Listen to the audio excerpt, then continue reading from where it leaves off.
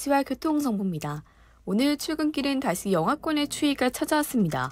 현재 서울 기온은 영하 2.7도로 어제보다 6도가량 낮아 꽤 추운데요. 오늘 나오실 때는 추위와 함께 미세먼지에도 주의하셔야겠습니다. 현재 대기가 정체되면서 대부분 지역의 미세먼지 농도 나쁜 수준 보이고 있고요. 서울의 초미세먼지 농도는 53 마이크로그램으로 평소보다 2배에서 3배가량 짙게 나타나고 있습니다.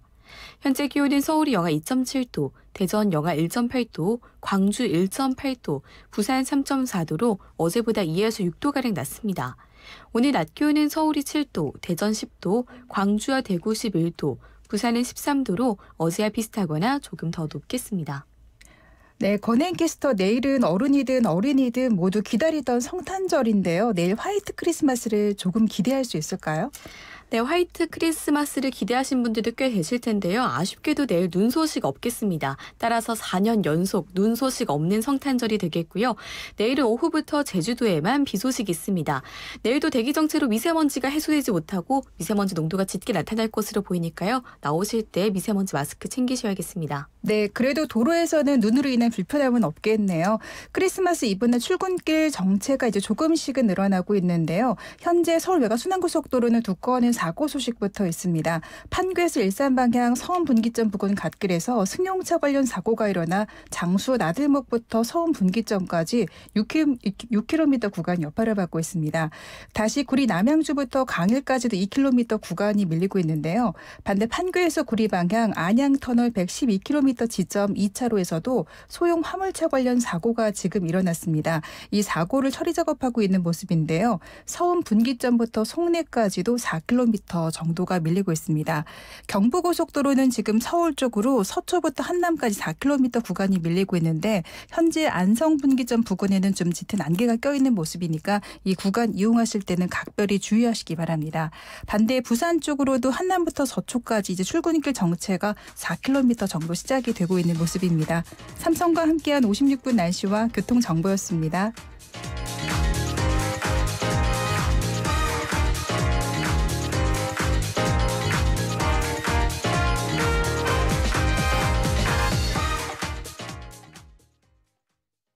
안녕하세요. 방송인 조용구입니다. 제가 빚이 엄청 많았던 거 다들 알고 계시죠? 이제 경제관념 하나는 저 따라올 사람이 없을 겁니다. 저 같은 사람을 위한 확실한 재무설계 프로그램 YTN 라디오 굿머니 굿라이프, 매일 오후 4시 20분 YTN 라디오 굿머니 굿라이프 재방송도 한다네요. FM 94.5MHz YTN 뉴스 FM입니다. HLQV All about news. YTN News FM. 한국의 뉴스 채널 YTN 뉴스 FM에서 7시를 알려드립니다.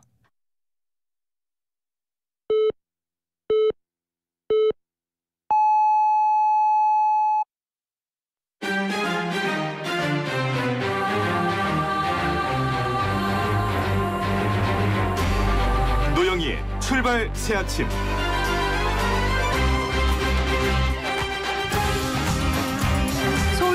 국회의 4+1 협의체가 결국 선거법과 공수처법 관련 협의를 도출해내고 어제는 이 안건을 표결에 붙이기 위한 본회의가 열렸습니다. 하지만 자유한국당은 이게 크게 반발했고 문희상 의장이 의사 진행을 편파적으로 한다며 맹비난을 퍼부었습니다. 우여곡절 끝에 선거법이 상정되고 주호영 의원을 필두로 필리버스터가 진행되고 있죠. 25일 임시회기가 끝나면 민주당이 새로이 신청한 임시회가 26일부터 시작되고 해당 안건은 표결 처리될 겁니다. 하지만 자유한국당을 제외한 여야 합의체가 상정시킨 선거법 내용은 현행과 별로 달라진 것이 없습니다. 달라진 것은 비례의석 30석에 대해서 50% 연동률을 적용시킨다는 것뿐입니다. 100명이나 되는 국회의원들이 국회 선진화법 위반으로 고소고발되고 국회의장이 병원으로 실려가고 당대표가 삭발과 단식을 하면서까지 막았어야 할 내용이 바로 이것인지 허무하기까지 합니다. 참으로 정치인들의 셈법을 이해하기 어렵고 국민의 이름으로 행해지는 많은 행동들을 납득하기 어렵습니다. 하지만 이런 것도 전부 민주주의 국가에서 살면서 겪어야 할 과정이겠죠. YTN 라디오 노영의 출발 새 아침, 참된 민주주의를 위해 오늘도 힘차게 시작해봅니다.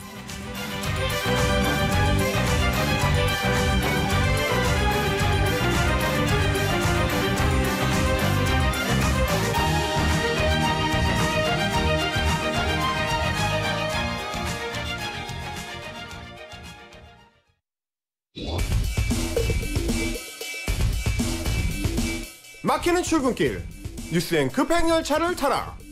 헬마 뉴스.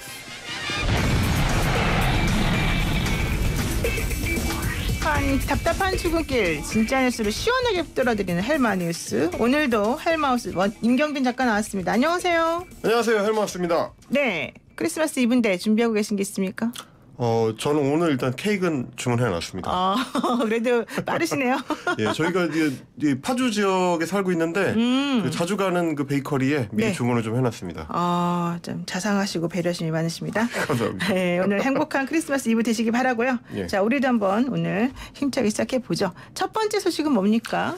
예, 제가 오늘 이제 세 가지 소식을 준비했는데 세 가지 소식 다 콩가루 소식입니다. 우리 시작은 좀 예쁘게 했는데 이게 뭡니까? 콩가루요? 크리스마스 네. 이브에 어울리는 얘기들은 아니긴 한데요. 네. 일단 뭐 어쩔 수 없죠. 뭐 이제 그 콩가루라는 게 이제 콩국수 만들 때 들어가는 그 맛있는 콩가루 그런 좋은 의미는 아니고요.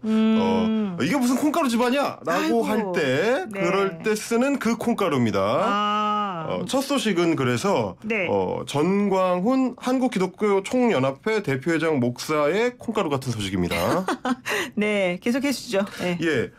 정원 목사가 이제 어제 그 어떤 그 보수 단체의 창립 그 현장에 그 축사를 하러 지금 참석을 했는데요. 네. 제가 또 헬마 뉴스, 헬마우스 아니겠습니까? 네. 우리 목사님이 좋아하실지 모르겠는데. 안 좋아할 것 같아요. 예. 헬이라서 안 좋아하실 것 같은데 평범한 망언이라면 이제 이분은 뭐 워낙 평소에 자주 하시기 때문에 그렇죠. 우리 헬마니스의 소식으로 되기에는 이제 신선함이 떨어지는데 어제는 하필 본인의 설교 자리도 아니고 남의 집 잔치에 가셔가지고 망언을 하셨기 때문에 제가 굳이 뽑아왔습니다. 어떤 망언을 하셨습니까? 예, 네. 국민통합연대라는 이제 보수 정치 조직인데 네. 자유한국당의 이재호 상임고문 그리고 뭐 김문수 전 경기지사 이런 분들이 주도를 하고 있고요. 축사를 한다고 이제 전 목사가 올라가시더니 네. 본인이 하나님의 음성을 들었다 이런 주장을 하기 시작한 겁니다. 네. 그러니까 이제 자리에 앉아있던 사람들 이제 술렁술렁하기 시작한 거죠. 네.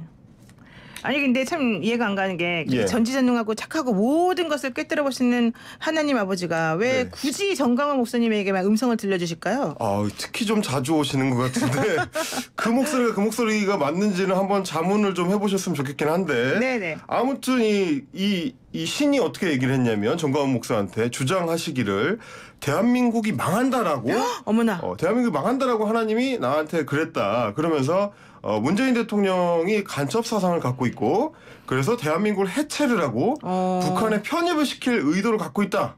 그래서 내년에 총선 때 200석을 만들어가지고 평화 헌법을 개헌해서 연방제로 만들고 북한한테 바치려고 한다. 이런 주장을 한 겁니다. 그게 하나님이 얘기해 주신 거라는 거예요? 하나님이 얘기해 주신 거랑 자기가 얘기한 거랑 막 섞여 있어가지고 누구 얘기인지는 잘 모르겠습니다. 세상에. 아니 근데 이거 되게 안 좋은 말인 것 같은데 이분 왜 이러시죠? 정말 기분 안 좋게? 그러니까 저는 이제 특히 좀 꽂힌 게 그 평화 헌법을 고친다라고 말씀을 하셨는데 일본이 평화헌법 아닙니까? 지금? 그러니까요. 이게 일본의 평화헌법이랑 좀 헷갈리신 게 아닌가. 그러니까, 우리는 뭐 예. 굳이 헌법의 별칭을 뭐 평화헌법이라고 쓰지는 않으니까요. 네네. 물론 이제 모든 전 세계 모든 헌법에는 평화 정신이 깃들어 있긴 하죠. 뭐 그게 뭐 대한민국이든 일본이든 뭐 브라질이든 프랑스든 다 비슷비슷할 텐데. 네. 여하간 이 얘기가 좀 너무 터무니없으니까 듣고 있던 분들 중에서 이제 참석하신 분 중에 아니 대한민국이 망한다느니 그런 악담을 그렇게 하지 마라. 종교와 정치는 분리돼야 되는 게 우리의 헌법 정신이다 이렇게 항의를 하는 분이 계셨고요. 그렇죠. 그래야죠. 전 목사는 이건 내가 내 체험 얘기를 하는 거니까 듣고 있어 이렇게 얘기를 하다가 항의가 계속되니까 나가 당신 나가 이런 얘기를 하기도 했습니다. 하나님이 말씀하시는데 왜 중간에 끼어드냐 이런 건가요? 그러면? 하나님의 말씀을 대신 전하는 본인의 체험을 좀 듣고 있어라 이제 이런 얘기를 한 거죠. 하나님이 정말 그랬을 리가 없지만 기분 나쁠 것 같아요. 하나님도. 그러니까요. 하나님도 기분이 아프실 것 같고 일단은 그리고 이제 그 말하자면 헌법 정신을 얘기한 그분은 네. 어떻게 보면 지극히 어떤 상식적인 그럼요. 정상적인. 상식적인 보수 인사라고 할 수 있겠는데 헌법에도 정말로 그분이 말한 것처럼 상식적으로 적혀 있어요. 그렇죠. 그런데 이제 결국 이제 이분은 자리에 있지를 못하고 이제 나가실 수밖에 없었고 전 목사는 이제 뒤이어서 무슨 본인이 집회를 한번 했다 하면 끝나고 사람들이 막 와가지고 자기 주머니에 이제 뭐 돈을 찔러놓고 간다 뭐 이런 얘기를 하면서 오늘 뭐 기부 많이 하시라 이런 얘기를 했는데 하여튼 이미 그거는 이제 분위기가 쌓여진 뒤였고요. 네네. 남해 행사 출범식에서 이제 논란이 될 발언을 막 던지는 그러니까. 이것은 콩가루 축사다. 저는 이렇게 진단합니다. 그러네요.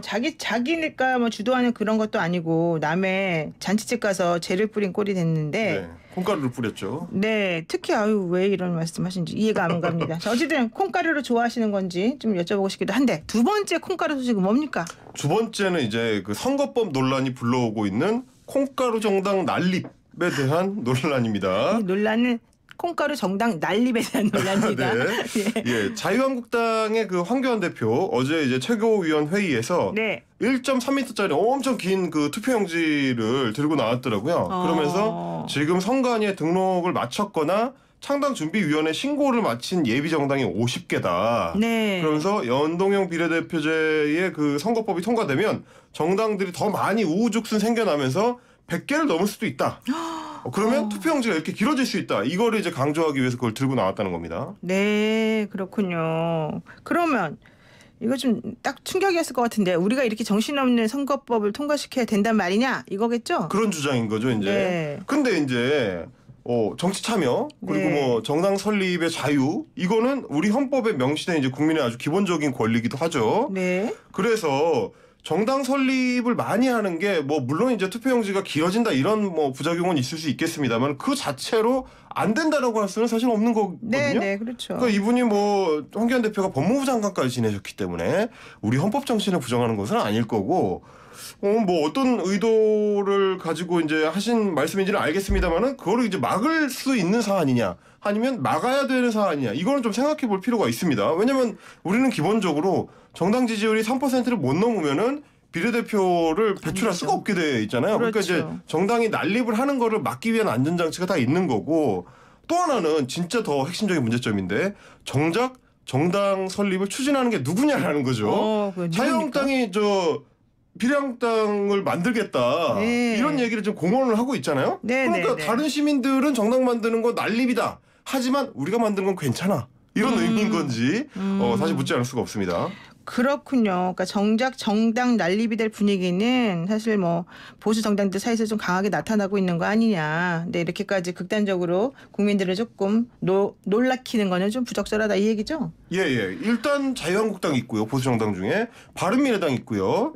그리고 대한민국당 있고요. 그리고 유승민 전 대표가 주도하고 있는 새로운 보수당 네. 지금 이제 창당 절차 돌입했고요. 네. 어제 이현주 의원 미래를 향한 전진 4.0 일명 전진당이라고 하죠. 이제 영입 네. 의사를 발표를 하면서 내년 총선을 향한 정당 활동을 본격화를 했습니다. 이런 것만 봐도 그러면 한국당이 그 난립할 수 있다라고 우려하는 게 과연 어떤 정당의 난립이냐? 결국 보수 정당이 난립해가지고 자기네 파이가 줄어드는 거 그걸 걱정하는 거 아니냐? 이런 의혹들이 나올 수밖에 없는 겁니다. 근데 제가 봤을 때 자유한국당이 비례한국당 얘기를 꺼내는 거는 네. 난립을 걱정하는 것 같지는 않네.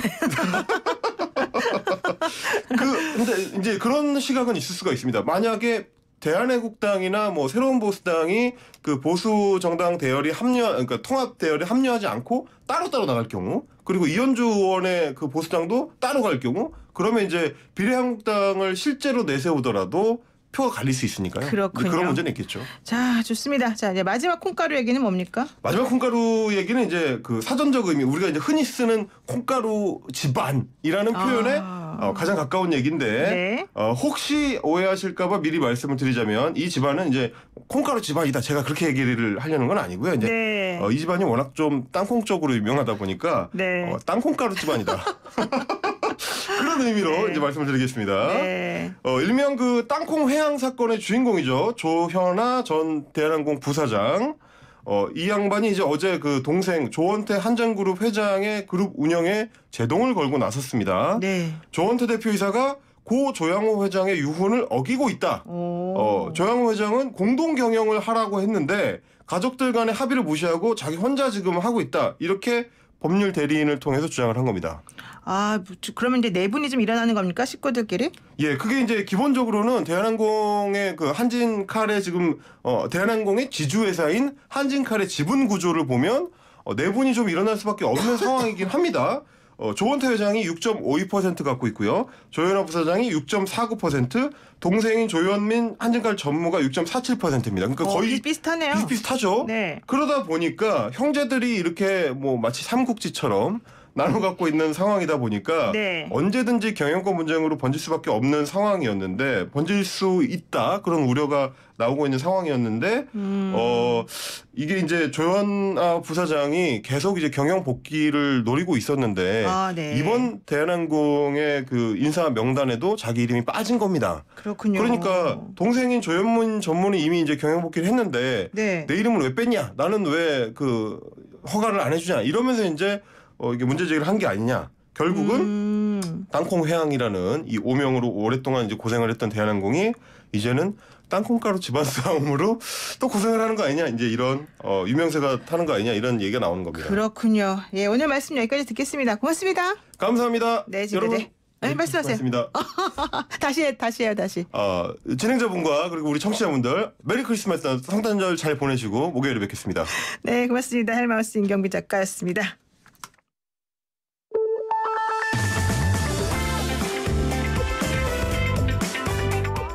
영희와 함께하는 슬기로운 출근길 노영희의 출발 새 아침은 청취자 여러분과 함께 만들어갑니다.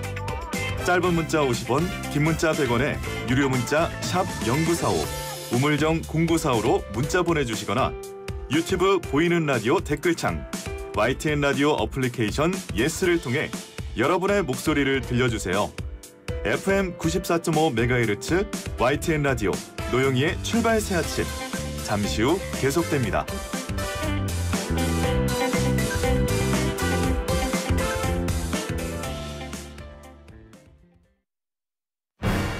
진짜 정치에 대해 다 알려준다. 박스트라다무스의 진정. 네, 쏟아지는 소식의 폭풍 속에서 깊이 있는 분석을 정확하게 찔러주시는 이분이죠. 모든 것을 알고 계신 바로 그분. 박스트라다무스 박지원 대한신당 의원 연결돼 있습니다. 의원님 안녕하세요. 네, 안녕하세요. 박지원입니다. 네, 결국 어제 정말 좋은 소식이 있었네요.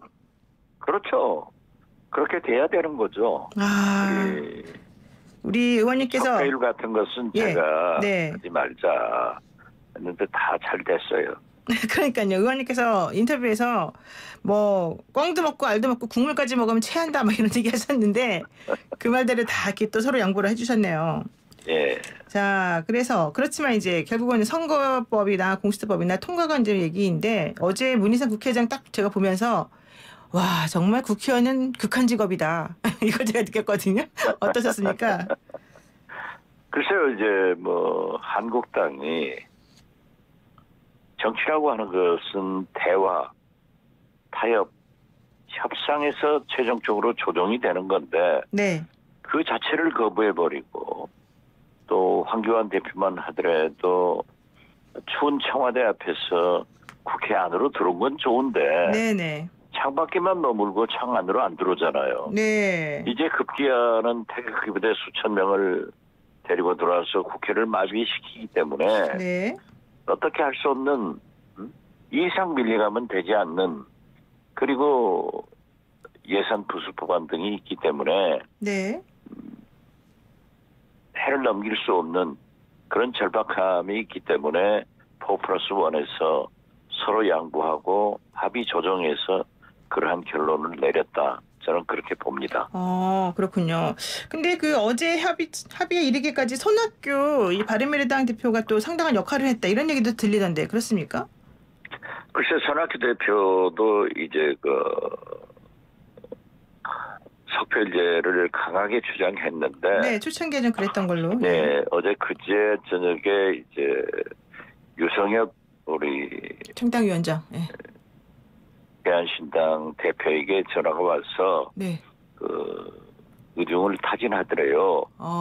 그런데 사실 우리는 이미 우리가 결정을 했기 때문에 역할을 아무래도 뭐 했겠죠. 네, 그렇군요. 어쨌든 참 여러 가지 힘든 모두가 상황에서 다 역할을 한 거죠. 각자 역할을. 그렇죠. 심상정 대표만 하더라도 눈물을 머금고 그러한 결단을 해준 것은 다 잘한 거죠. 뭐. 한국당 빼고는 다 잘한 거예요. 한국당 빼고 다 잘했다. 그렇죠. 한국당은 지금도 필리버스터를 계속 하고 있으니까.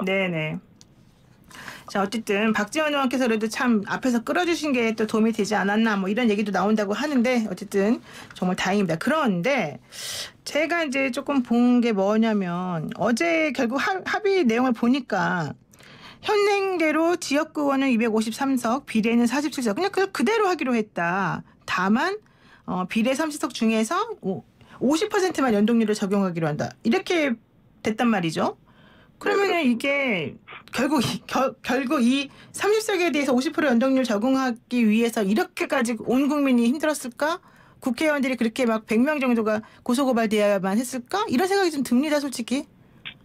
글쎄 결과론적으로 모든 것이 다 잘된 것은 정치는 없습니다. 항상 그렇군요. 최선의 길이 아니면은 차그 길이라도 가는 게 타협의 산물이거든요. 네네. 그렇기 때문에 연동형 비례대표제를 실시한 것이 큰 개혁이다. 저는 처음부터 그렇게 주장을 했고요. 네네. 또 사실상 과거 양당제로 지역 구도가 분명할 때는 네. 석패제도 필요했지만은 이제 사실상 다당제 아니에요? 네. 그리고 연동형 비례대표로 그러한 것을 커버할 수 있다고 하면은 일방적으로 한 당이 손해보는 그리고 한 당이 이익보는 그러한 것을 선택하면은 정치가 아니죠. 서로 양보해서 네. 같이 함께 갈 수 있는 그런 타협을 하는 것이 정치죠. 그래서 저는 전국적으로 이번 잘 됐다 그렇게 네. 생각합니다. 그렇군요. 그러니까 결국 뭐 첫 수를 배부르겠느냐. 일단 첫 걸음을 뗐다는 게 중요하다. 이런 말씀인데. 그렇죠. 예. 그런데 사실 그래서 어제 나온 합의안을 보게 되면 자유한국당은 그러면 왜 이걸 계속 반대하고 있을까? 사실 예전에 얘기했던 안보다 훨씬 더 자유한국당의 입장을 많이 받아들인 걸로 보이는데 이거 그냥 찬성하면 안 되나 이런 의문이 좀 들긴 하더라고요. 글쎄요. 자유한국당 속은 잘 모르겠어요. 아무튼 지금 현재는 보수 대통합을 부르짖던 황교안 대표를 향해서 유승민 당 생기고 또 어제 보세요. 뭐 국민 대통합 연대 네네. 이런 것들이 생겨나가니까 네. 결국 황교안 대표 리더십 결과 보수도 사분된다. 오히려 더 쪼개진다. 네. 좀 그렇지 않습니까? 네네. 네 개로 갈라지는 네. 그런 현상이기 때문에 제가 그 집 속은 잘 몰라요. 그 집 속은 몰라요. 예, 그렇습니다. 근데 이제 그 한국당에서 또 얘기하고 있는 게 이런 식으로 나온다면 우리는 비례 한국당이라고 하는 위성 정당을 만들겠다 이런 전략을 사실 세웠지 않습니까? 처음에 말도 하고 이게 가능할까요? 그분들은 뭐든지 할 수 있겠지만은 뭐든지 할 수 있다. 문제는 국민이 그러한 것을 납득하겠느냐. 그리고 의석 100석이 넘는 제1야당의 책임 있는 행동인가 이런 것을 잘 생각해 봐야 될 거예요. 네. 지금 어제부터 이제 그래서 선거법이 상정이 되고 국회의장을 에워싸고 한국당 의원들이 뭐 연호를 하면서 항의를 하긴 했지만 결국에는 뭐 의장의 진행대로 다 일이 좀 진행이 되는 모습을 보면서 사람들이 아니 도대체 황교안 대표는 뭐 한 거냐 이 리더십이 이게 맞느냐 이런 얘기하는 사람들도 있고 또 심재철이 안 보인다 이런 얘기하는 사람들도 있더라고요. 이건 어떻게 보십니까? 글쎄요. 지금 현재 뭐 황교안 대표와는 원체 강경하게 네. 절대 문재인 정부가 나갈 수 없도록 발목을 잡고 있기 때문에 네.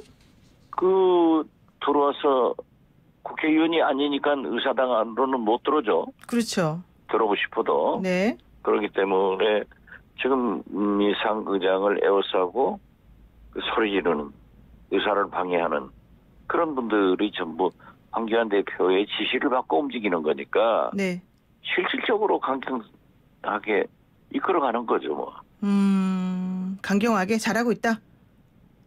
잘하고 있다고는 잘하고 있으면은 국민의 지지도가 올라가야죠. 예. 못하니까 뭐 이낙연 총리에게 대통령 후보 순위도 자꾸 밀려나가고 또 때때로 뭐 한국당 지지도도 올라갔다 내려갔다 하는데 네. 어떻게 됐든 만약 약 1년 전에 취임한 황교안 대표가 지금처럼 하지 않고 일반적으로 국민이 생각했던 황교안 대안을 내고 국회에서 타협 조정하고 새로운 정치를 보였으면은 진짜 우리 진보 세력으로서는 큰일 날 뻔했어요.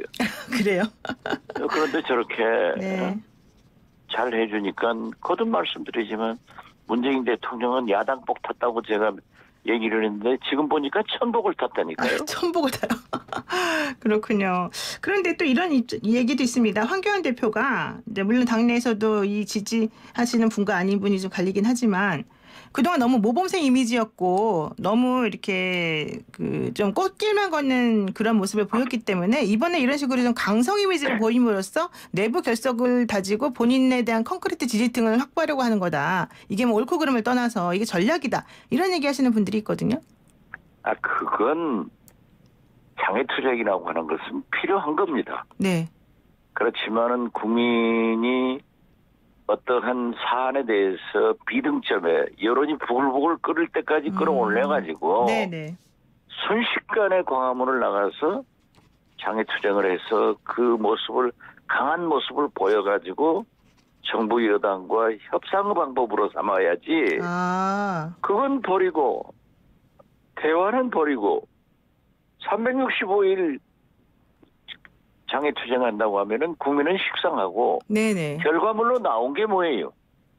아무것도 없잖아요. 네, 그렇군요. 그렇기 때문에 잘못돼 가고 있다 하는 거죠. 네네. 옛날에 김대중 대통령 같은 분은 또 YS 같은 분은 그렇게 싸워가지고 결과물을 얻어내잖아요. 네네, 그렇습니다. 그런데 지금 황교안 대표가 얻어낸 게 뭐 있어요? 그렇군요. 그리고 항상 정치라고 하는 것은 문재인 대통령이 이것을 잘못하니까 시정하라.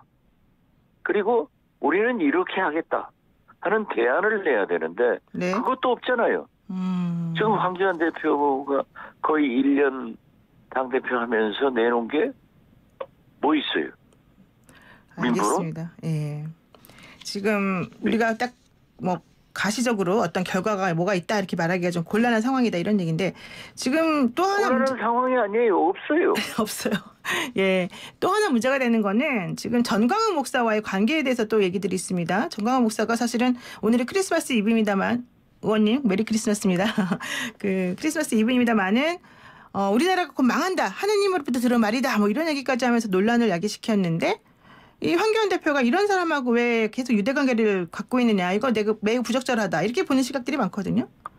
글쎄요. 정광훈 목사는 제가 공개적으로 성직자에게 성토하는 것은 바람직하지 않지만은 네. 그러한 말씀을 하기 때문에 네. 국민들이 전광훈 목사를 존경하지 않잖아요. 네. 말씀을 신뢰하지 않잖아요. 네. 자꾸 하느님이 나에게 이렇게 했다라고 하기 때문에 그 신성한 하나님조차도 전광훈의 하나님은 네.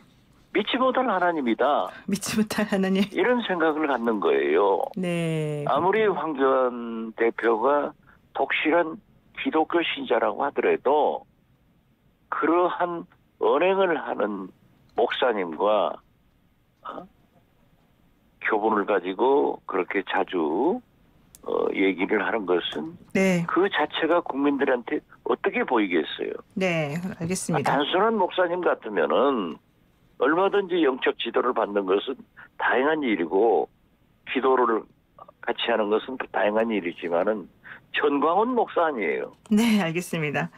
어제만 보더라도 네. 제가 어제 이재호 국민통합연대 상임 집행위원장에게 그랬어요. 왜 그 행사에 네. 전광훈 목사 같은 사람이 가서 축사를 하느냐?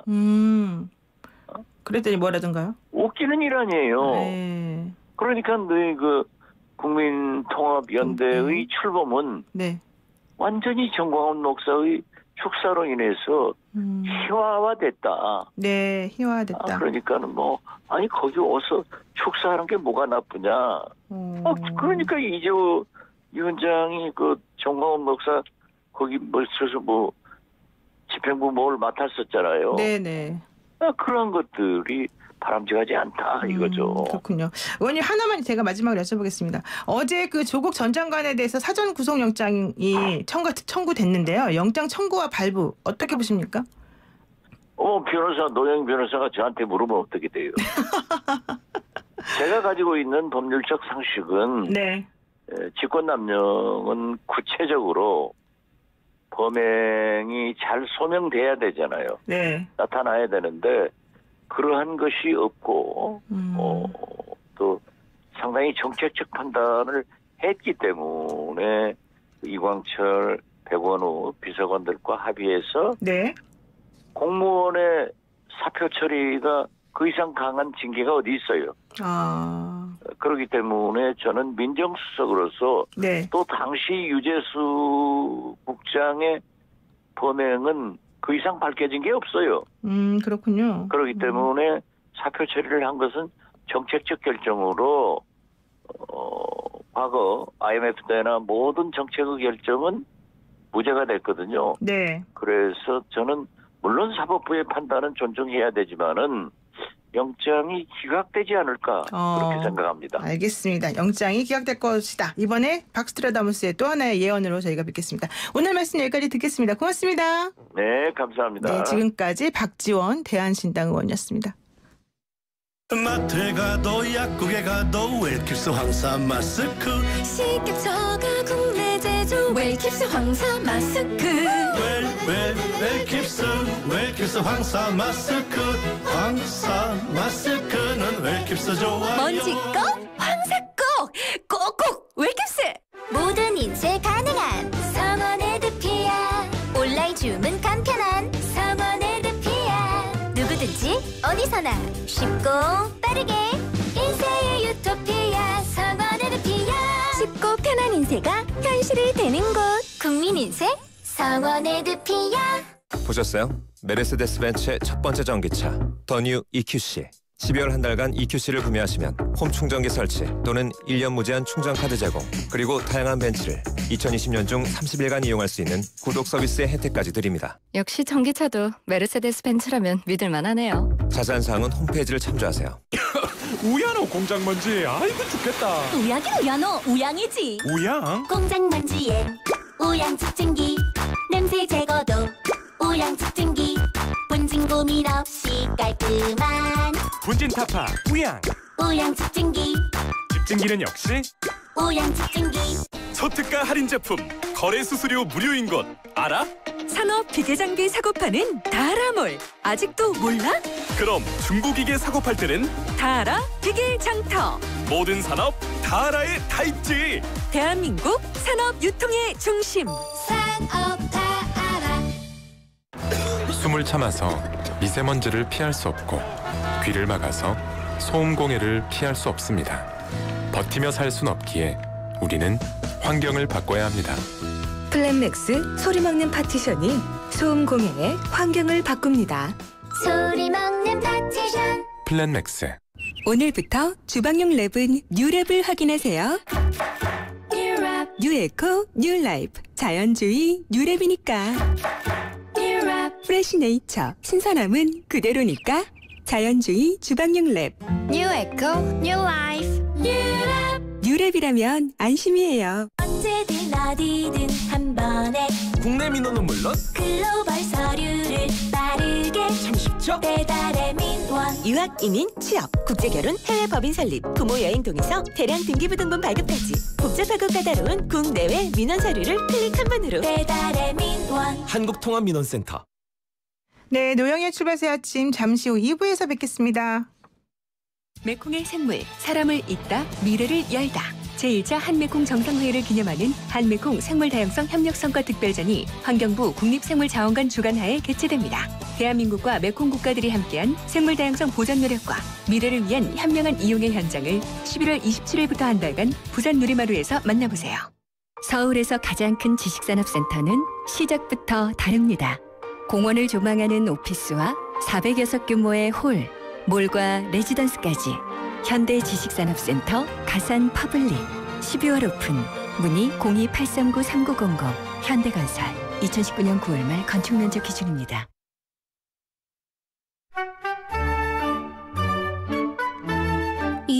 귀여운 정치 토크 있기 없기? 정치 귀요미. 네, 답답한 정치를 이렇게 시원하게 그러면서 귀엽게 풀어주실 정치인이 있을까요? 더불어민주당 대변인 이재정 의원과 함께하겠습니다. 네, 안녕하세요. 2주에 한 번씩 저를 겸허하게 만드는 그런 반성하게 만드는 그런 오프닝입니다.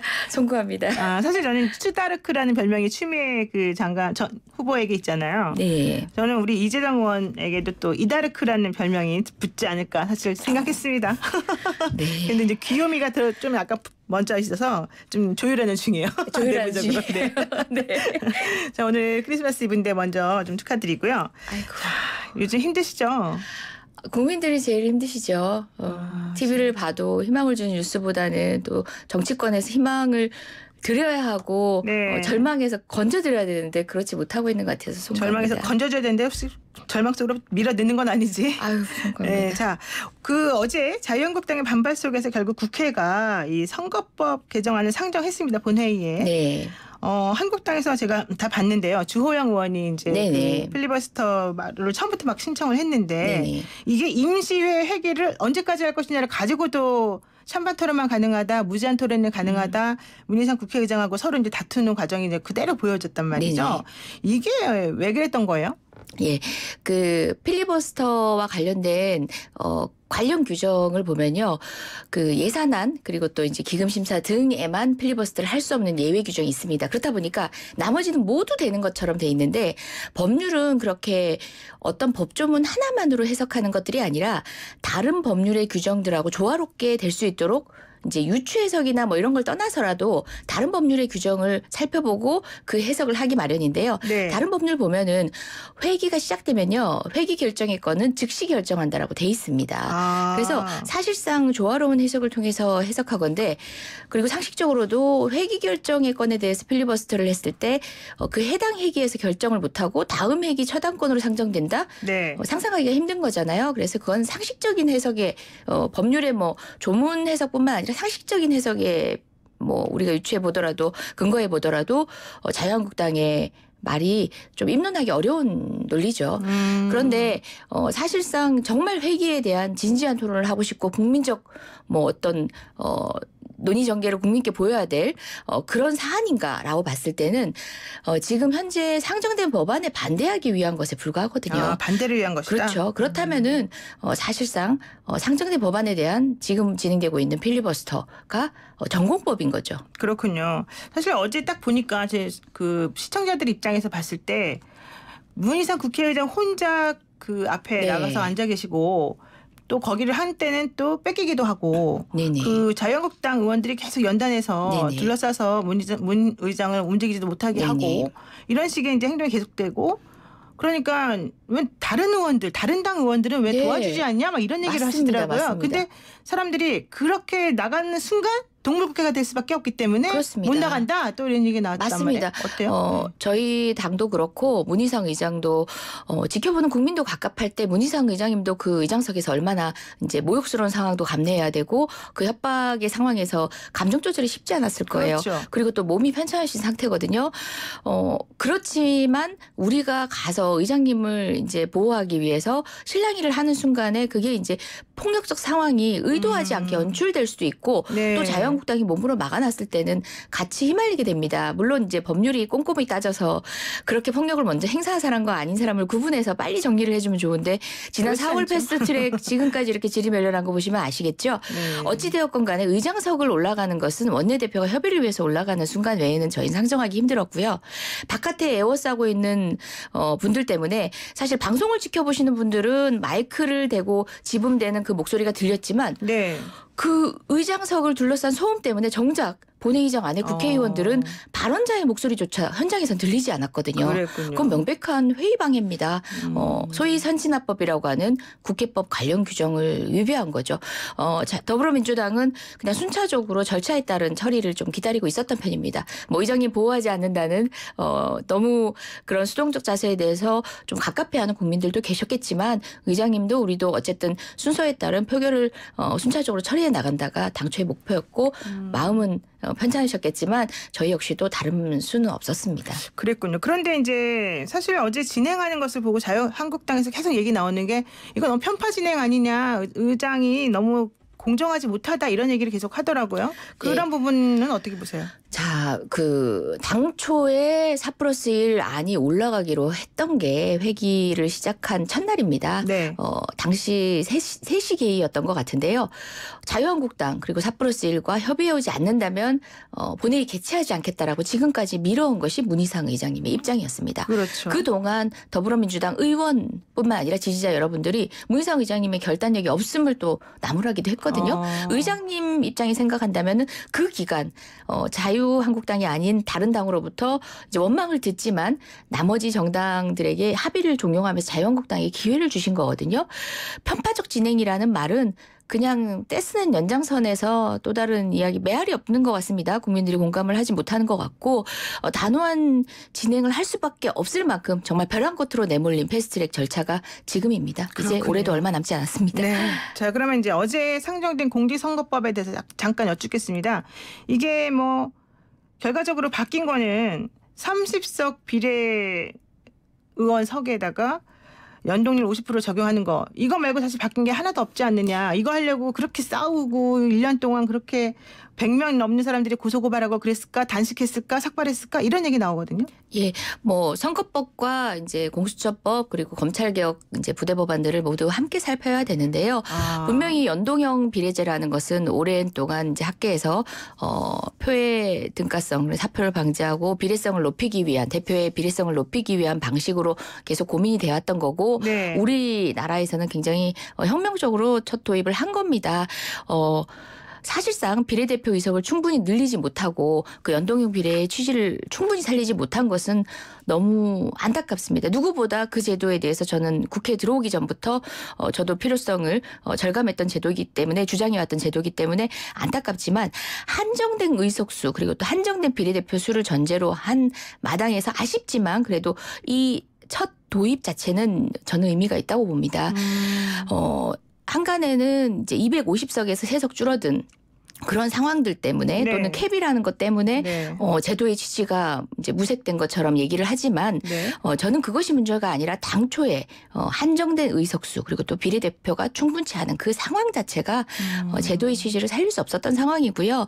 250석이 253석으로 현저해와 사실상 동일한 방식으로 돼버린 거는 민주당이 아니라 다시금 말씀드리지만 다른 4+1 야당의 요구였고 그래요? 합의에 이르기 위한 제가 말씀드리긴 뭐하지만 225석 대 275석에서 250석으로 조정할 수밖에 없었던 것도 민주당이 요구한 게 아닙니다.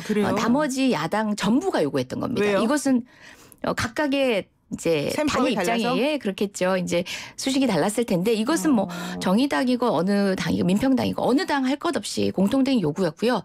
민주당은 이 법을 어떤 식으로든 진일보시키는 것 한 발이라도 나가게 만드는 것이 목표였기 때문에 그 절차에 응했다는 점 다시 한번 설명드리겠습니다. 안 그래도 저는 이걸 여쭤보려고 그랬었던 거예요. 이게 이제 250대 50으로 어느 정도는 논의가 됐고 석패율 도입하는 것까지가 사실은 야사당끼리 지난번에 내놓은 안이었는데 여기에 대해서 민주당이 석패를 못 받겠다고 해가지고 사실은 이게 합의가 안 됐단 말이에요. 그래서 이번에 되면은 그냥 석패만 빠지고 250대 50은 그대로 가나보다라고 했는데 뚜껑을 열어보니까 250대 50이 또 그냥 현재처럼 바뀌면서 석패율이 빠졌단 말이에요. 그러면 이게 석패율하고 이 비례 세석이 이제 사실은 교환된 느낌이 교환된 거잖아요. 그래서 이것이 왜 그랬을까 이 부분에 대한 얘기를 아무도 안 하더라고요. 그래서 그걸 여쭤보려고 했던 거였거든요. 원래가. 협의 과정이다 보니까 저도 이 자리에서 말하기 곤란해. 모든 걸 얘기하긴 뭐하지만 더불어민주당 의원들은 그런 얘기를 하셨어요. 당초 원안을 고수하자고 한 게 더불어민주당 입장임에도 불구하고 수정안을 마련하는 절차에서 가장 원망을 들었던 게 더불어민주당인데 그렇죠. 253석으로까지 지역구를 이제 250석 논의에서 늘려버리면 민주당 입장에서는 더 명분이 약해진다. 받지 말자 이런 취지의 얘기를 하시는 분도 있었어요. 하지만 아니 바른미래당에서도 논평을 냈잖아요. 민주당은 놀부다. 그래서 어쩔 수 없어요. 다수당이니까 감내하는 부분입니다. 이 논의를 근데 성사시키기 위해서 네. 저희가 말할 수 없는 지점들이 있는데 뭐 석패율제 도입을 통해서 보존할 수 있었던 지위가 이제 저 개인적 대변인이 아니라 당을 입장을 대변인하는 게 아니라 개인적 입장에서 얘기하면 석패율을 통해서 보존할 수 있었던 분이 이제 그걸 보존 못 받음으로 인해서 지역구가 줄변한다는 사정 또 있을 수도 있겠다. 예, 여러분들이 추측해 보시는 걸로. 석패율로 좀 도움을 받을 수 있는 분이 그걸 포기하면서 대신에 뭔가 또 뭐 그런 안전장치를 하나 마련한 것으로 보는 게 맞겠다. 여러 상황들 당내 갈등을 해결하는 그 각 당의 협상 대표들도 얼마나 힘들었을까요? 알겠습니다. 당내 추인을 위한 교육지책들이 결합되다 보니까 국민 여러분께서는 깔끔하지 않은 느낌이 드셨겠지만 개혁하기 위한 일부 하기 위한 나름의 고민들이었다는 점 이해해 주시기 바랍니다. 알겠습니다. 그리고 어제 검찰이 전격적으로 조국 전 장관에 대해서 영장을 청구하지 않았습니까? 네. 직권남용 혐의라고 네. 하는 건데 이거 어떻게 보세요? 하실 거면 일찍 하시죠. 그렇게 지리멸렬한 수사 끝에 결국은 조국 일가 수사에서는 영장 청구도 못 해내시고 그렇게 변주 굴리시다가 이제 와서 하신 걸 보면 그것도 지금 그 건에 대한 영장 청구가 영장 청구에 마땅한 중대 사실이냐 그리고 또 여러 가지 영장 청구가 발부될 정도의 어떤 요건을 갖췄느냐에 대해서도 갑론을박하고 있지만 진정에 못 하셨다는 점도 한번 지탄받아야 될 지점들입니다. 조국이라는 이름을 빼고는 입론이 불가능했던 수사들 아니었습니까? 네. 그런데 정작 이 건들은 사실상 별건으로 보이는 지금에 와서야 감찰 무마라는 이유로 영장이 청구된다. 많은 국민들이 검찰의 이런 타이밍이라든지 지금에 와서야 왜 이런 식으로 결국은 수사할 것들이 없었구나. 무리한 수사들이었구나를 반증하게 되는 또 계기도 된 것 같습니다. 그러면 영장 발부되겠습니까? 26일 날 실질 심사인데. 어느 순간부터 법원의 판단과 검찰의 판단, 공권력의 판단을 상식적인 수준에서 그리고 또 법률가였던 전문적인 시각에서 판단하기가 어려워졌는데요.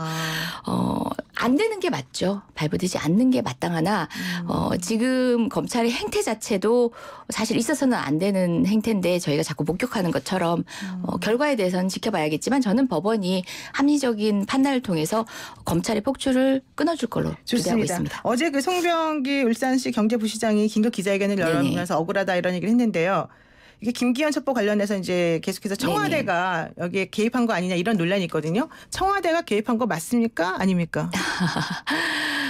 사실상 이거는 김기현 측은 비리 사건이 비리 사건이 지금 다른 방식으로 좀 오도되고 있는 것 같다고 생각하는데요. 그러니까 비리 사건이 무마 사건으로 변해버린 사건인데 지금 검찰이 관련해서 이제 사건 조사를 마치고 왔던 분의 통화 기록을 통화 내역을 이제 다시 다음 조사에 들려줬다는 얘기도 있고 이제 이게 뭐 보감청인가 이런 얘기 의혹이 제기되고 있는데 검찰이 밝힌 명시적인 입장은 도청도 아니고 감청도 아니다 했어요. 감청은 합법적인 거거든요. 그러면 수사 방식으로 하지 않았다면 뭘까?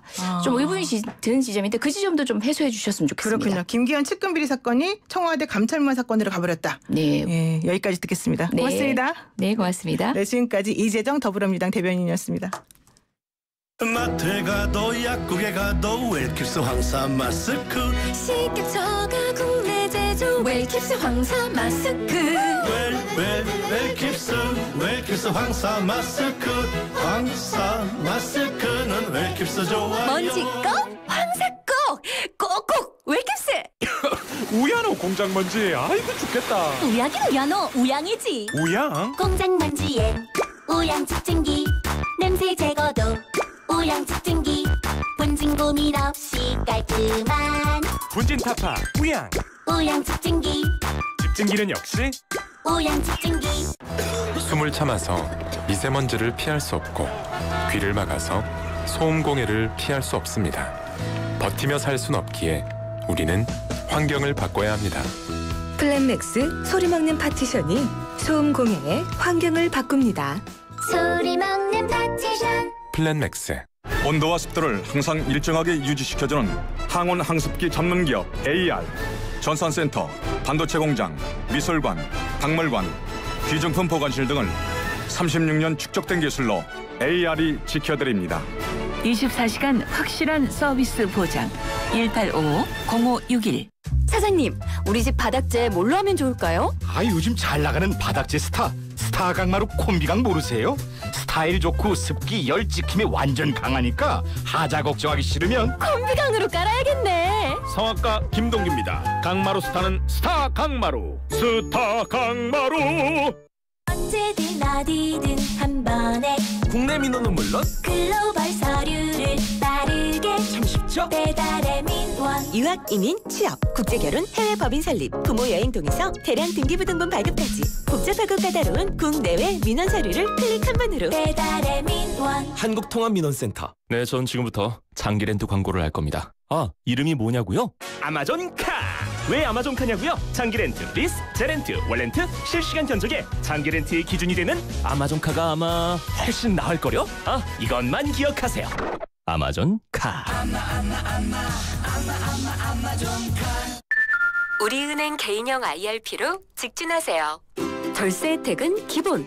나에게 딱 맞는 상품 자동 운용으로 최적의 수익률을 관리하니까. 개인형 IRP. 우리은행에서 출발하세요. 원금 손실에 유의하시고 자세한 내용은 우리은행 홈페이지와 영업점에 문의하세요. 기분 좋은 연말, 따뜻한 연말, 실속 있는 연말. 뭘 좋아하실지 몰라서 다 준비해봤어요. 연말정산 세액공제는 기본. ETF, TDF, 부동산 펀드 등 차별화된 다양한 상품까지. 미래세대우, 개인연금, IRP. 1588-5577 원금 손실에 유의하세요. 크리네어 테크. 크리네어 테크 집중기. 주물 작업, 연마 작업, 페인트 작업. 분진가스 냄새 연기 작업 장분진. 이 세상에 못 없애는 분진이 어딨어. 크리네어 테크 기술력이 끝내줍니다. 크리네어 테크. 크리네어 테크 집중기. FM 94.5MHz YTN 라디오 노영희의 출발새 아침 8시 청각에 다시 만나요.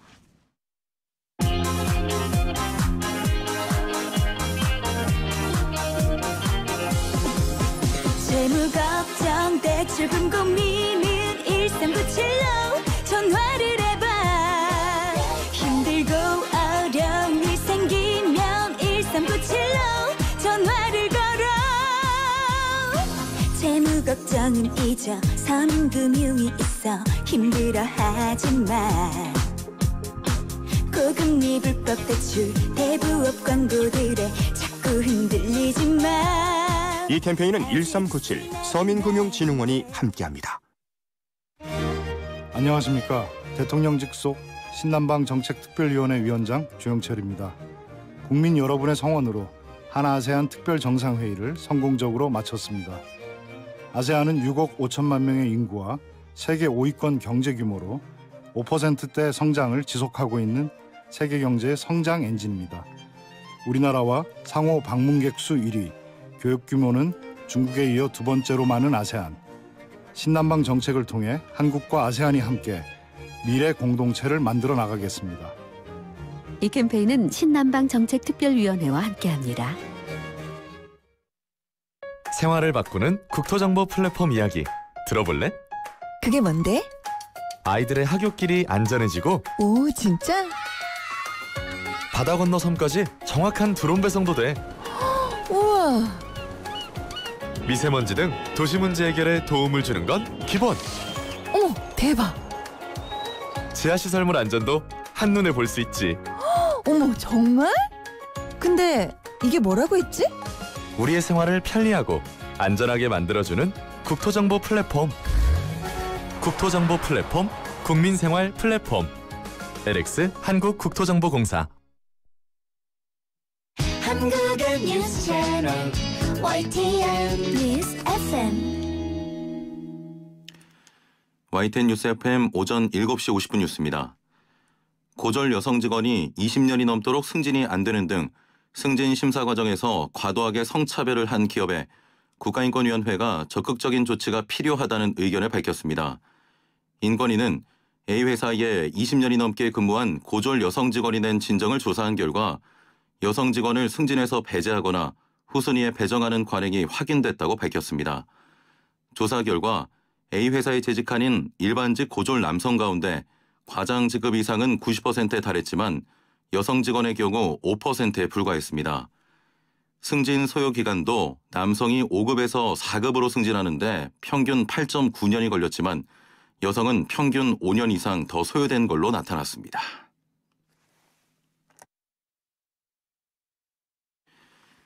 내년 2월부터 자궁 난소 등 여성 생식기 초음파 검사에 대해 건강보험 적용이 전면 확대됩니다. 또 중증 아토피 피부염 치료제가 새로 건강보험에 적용돼 환자 부담이 크게 줄어듭니다. 그러나 단순한 두통이나 어지럼증으로 뇌 자기공명 영상 MRI 검사를 받을 경우에는 본인 부담금이 지금의 30에서 60%에서 80%로 올라갑니다. 건강보험 정책심의위원회는 어제 전체 회의를 열어 이 같은 내용의 안건을 의결했습니다. 여성 생식기 초음파에 대한 건강보험이 적용됨에 따라 환자의 부담은 절반 이하로 줄어들고 연간 약 700만 명 정도가 혜택을 받을 것으로 예상됩니다.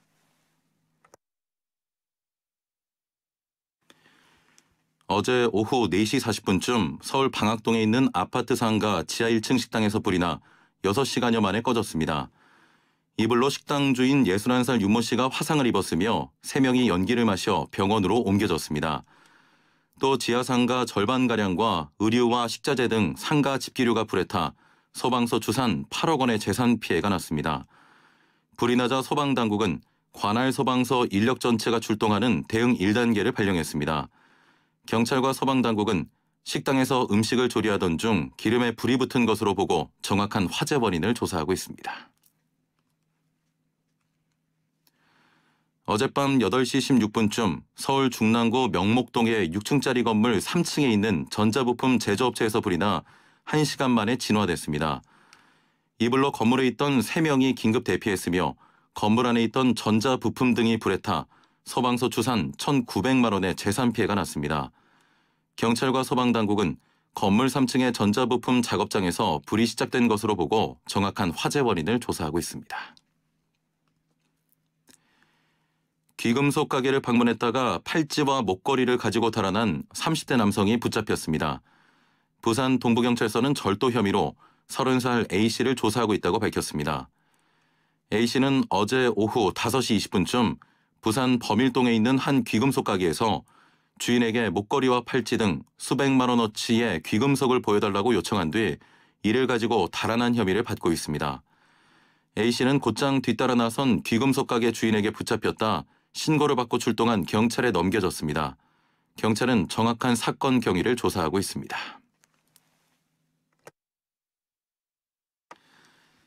방송 스태프 노조는 내년 방영되는 OCN 드라마 본대로 말하라 스태프 8명이 촬영 중 다친 사고와 관련해 제작사 스튜디오 드래곤과 CJ E&M이 안전대책 마련을 외면했다며 이들을 고발하겠다고 밝혔습니다.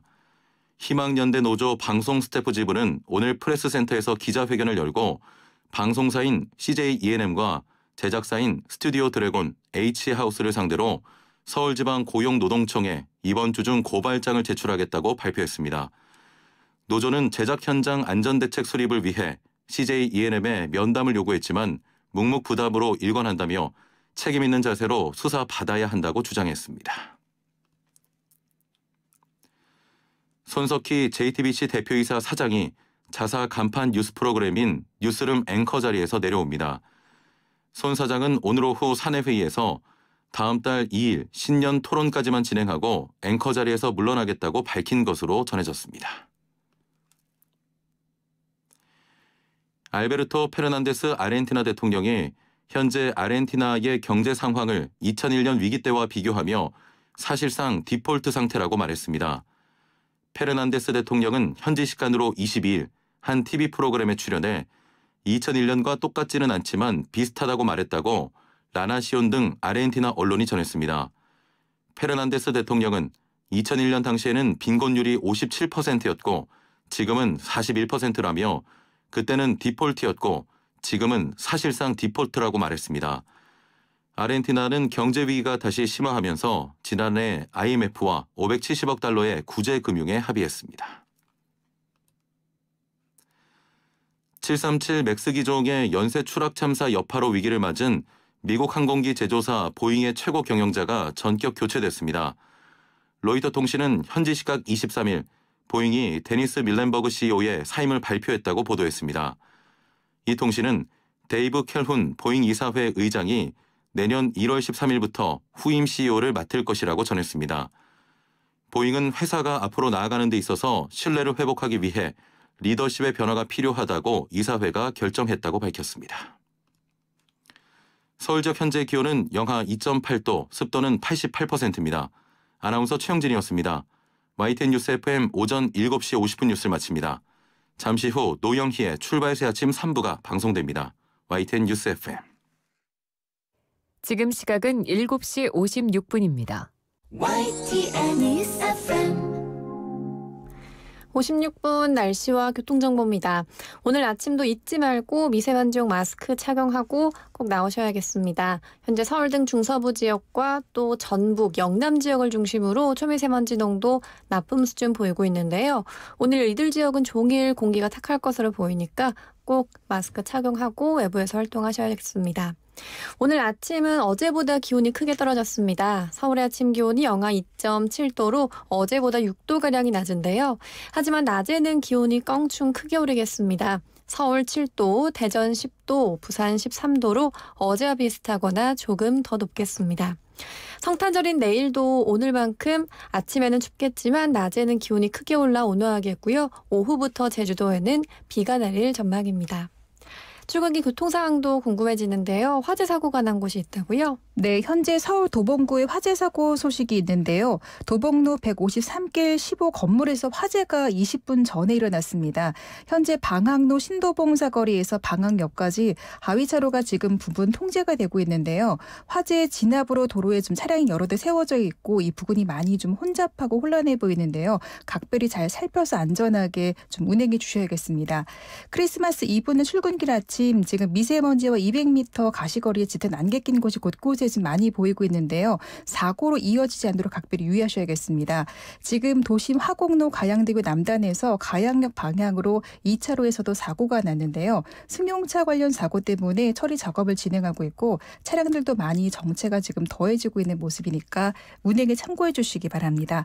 한강을 따라 올림픽대로는 김포 쪽으로 강남권 일대 교통량이 조금 많은 모습인데요. 강남권 동호대교부터 반포대교 사이가 밀려 지나고 있고 이후 동작대교에서 한강대교 일대까지도 아직은 30km 내외입니다.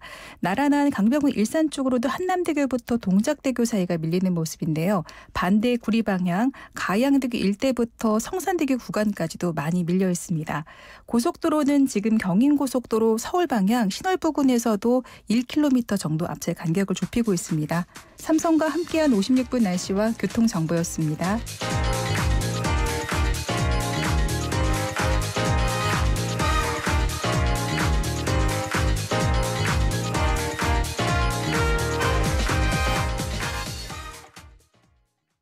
이따 걱정하지 말고 나랑 여행 갈까. 와이파이 도시락 도시락 도시락 난 좋아. 와이파이 도시락 도시락 도시락 난 좋아. 해외에서 데이터 고플 땐 와이파이 도시락. FM 94.5MHz YTN 뉴스 FM입니다. HLQV.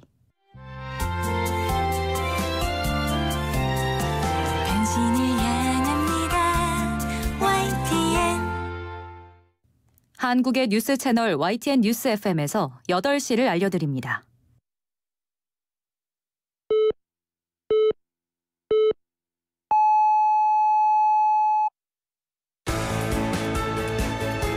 아침을 시작하는 슬기로운 방법. 오늘 내게 이로운 뉴스. 묘영이의 출발 새아침. 노영희의 출발 새 아침 3부 문을 엽니다. 먼저 경제 박뉴스부터 한번 살펴볼까요? 알면 대박, 모르면 쪽박. 경제 박뉴스. 복잡하고 어려운 경제 이야기를 쉽고 재미있게 풀어드리는 시간이죠. 알면 대박, 모르면 쪽박. 경제 박뉴스. 참 좋은 경제연구소 이인철 소장 만나겠습니다. 소장님 안녕하세요. 네, 안녕하세요. 그 한진그룹 조양호 회장의 별세 이후에 한진그룹이 조금 안정적인 운영을 하고 있나 이렇게 봤는데 남매 간 경영권 갈등이 좀 있었나 봅니다. 그렇습니다. 지난 4월 타계한 한진그룹 고 조양호 회장의 유언이 가족들끼리 잘 협력해서 사이좋게 이끌어 나가라라는 당부의 말씀 해도 넘기기 전에 한진과 3세 남매의 난이 시작되고 있는데요. 사건의 발달은 이 주하나 전 대한항공 부사장입니다. 이 법률 대리인을 통해서 공개적으로 동생 조원태 한진그룹 회장에 대한 단계를 들고 나섰는데 조 전 부사장의 주장은 이 공동 경영의 유훈과는 달리 조원태 대표이사가 가족 간 합의 없이 총수 자리에 올랐다. 그리고 자신의 경영 복귀 등 중요한 사항들은 최소한의 사전 협의도 없이 결정되고 있다라고 비판하고 있습니다. 이번 갈등은 지난달 그 한진그룹 인사에서 조 전 부사장과 이제 측근 임원들이 대거 배제가 되면서 본격화됐는데요.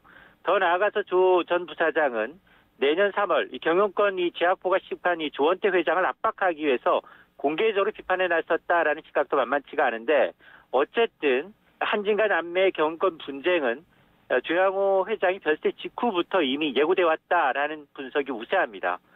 조 전 회장이 그룹의 후계자를 명확하게 지정하지 않았고요. 지분율도 서로 엇비슷해서 이런 남매 간 분쟁이 좀 수면으로 떠올랐다라는 지적입니다. 조현아 전 부사장 입장에서는 자기 동생인 조현민은 이미 복귀가 됐는데 본인만 지금 뒤처지는 거 아니냐 이런 걱정을 조금 하고 있다 이런 얘기도 들리던데 결국 한진과 남매의 난이 현실화되는 경우에는 오히려 이 사모펀드, KCGI 등의 견제를 할 수가 없다 또 이런 얘기가 있던데요. 맞습니다. 문제는 이제 한진 총수일과 지분율이 워낙 낮습니다. 남매 간 분쟁이 장기화된다면 한진그룹의 경영권이 외부로 넘어갈 수 있다라는 가능성이 제기가 되고 있습니다. 현재 이 지주회사격인 한진칼의 지분을 보게 되면 지분은 조원태 회장이 6.52%, 또 조현아 전 부사장이 6.49%를 각각 갖고 있습니다. 주현민 전무, 이명희 전 이사장, 그리고 우호 지분까지 특수관계 지분까지 합한다 하더라도 28% 남짓입니다. 이렇게 되면 한진칼의 일대 주주인 이른바 강성부 펀드라고 불리는 KCGI의 경우에는 지금 단일 최대 주주입니다. 17.29%까지 지분을 더 늘리고 있는데요. 더 무서운 것이 남매가 전쟁을 벌이는 동안 강성부 펀드는 또 한진칼 주식을 1.3%, 77만여 주를 또 추가로 매수했다라는 사실입니다. 올해도 지난해 주총이었죠. 이 한진그룹 오너일가 퇴진을 요청한 바가 있는 이 KCGI가 점점점 세력을 불릴 경우 재계에서 내년 3월 정기 주주총회가 이 한진그룹의 경영권 향방을 가를 수 있을 것으로 보고 있는데요. 왜냐하면 이 조원태 회장이 한진칼 사내이사 임기가 내년 3월 23일로 종료됩니다. 만에 하나 주총에서 조 회장이 사내이사 제2, 3 안건이 부결될 경우에는 이 조 회장은 정말 이 한진그룹 고 창업주 조양호 전 회장이 조중훈 회장이죠. 1945년 창업한 이후에 70여 년 만에 한진그룹의 경영권이 외부로 넘어갈 가능성이 커집니다. 그렇군요. 그리고 또 한편으로는 지금 고강도 부동산 대책이 나온 지 일주일 만에 국세청이 강력한 세무조사에 착수했다. 이런 소식도 있습니다. 그렇습니다. 국세청이 지금 이 서울 지역 관계기관 합동조사로 통보된 탈세 의심 자료 530건에 대해서 전수 분석에 나섰는데요. 이들의 자금 조달 계획서를 보니까 이 고가 아파트 구매 과정에서 자기 자금은 평균 30%대에 불과하다라는 겁니다. 나머지 70% 이상을 빌렸다는 얘기인데요. 서울에서 은행에서 주택담보대출은 집값의 40% 이내로 묶여 있습니다. 이러다 보니까 이 탈루 혐의가 짙은 257명에 대해서 집중적인 세무조사가 시작이 됐습니다. 부모와 등이 이제 친인척으로부터 돈을 빌려서 고가 아파트를 구매했지만 소득과 재산 상태를 볼 때 사전 이 증여가 의심되거나 변제 능력이 부족하다라고 보이는 사람들 100여 명이 이제 세무조사 대상에 포함이 됐고요. 또 20대 초반 초년생임에도 불구하고 3개 주택을 구매하면서 부동산업에 종사하는 어머니로부터 취득자금을 편법으로 증여받는 사례도 나타나고 있습니다. 국세청은 이 부매동으로부터 돈을 빌려서 주택을 취득할 경우 부채를 전액 상환할 때까지 모든 과정을 이제 세무조사에 준하는 수준으로 관리해 나가겠다라고 밝히고 있습니다.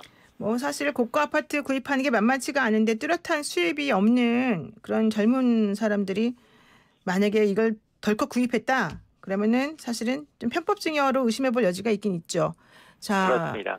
또 건강에 대한 관심이 높아지면서 기름에 튀기지 않은 겉면에 대한 수요가 증가하고 있다 이런 얘기인데 오히려 이런 그 라면류와 국수류에서도 나트륨 함량이 상당히 높은 걸로 지금 얘기가 되고 있네요.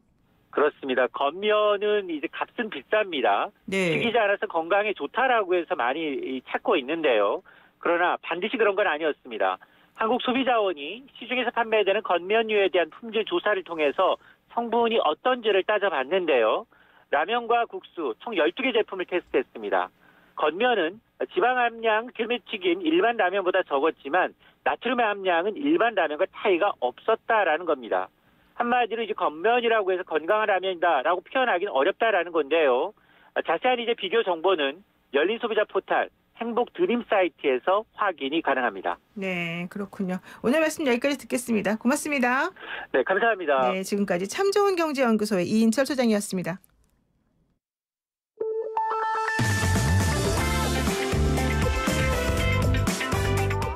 영희와 함께하는 슬기로운 출근길. 노영희의 출발 새 아침은 청취자 여러분과 함께 만들어갑니다. 짧은 문자 50원, 긴 문자 100원에 유료 문자 샵 0945, 우물정 0945로 문자 보내주시거나 유튜브 보이는 라디오 댓글창, YTN 라디오 어플리케이션 예스를 통해 여러분의 목소리를 들려주세요. FM 94.5MHz YTN 라디오 노영희의 출발 새 아침. 잠시 후 계속됩니다.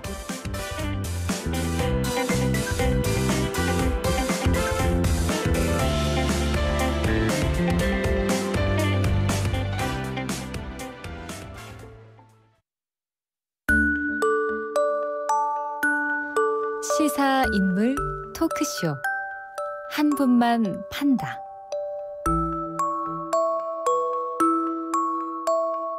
네, 한 명의 인물과 그를 둘러싼 이슈를 끝까지 파보는 시간입니다.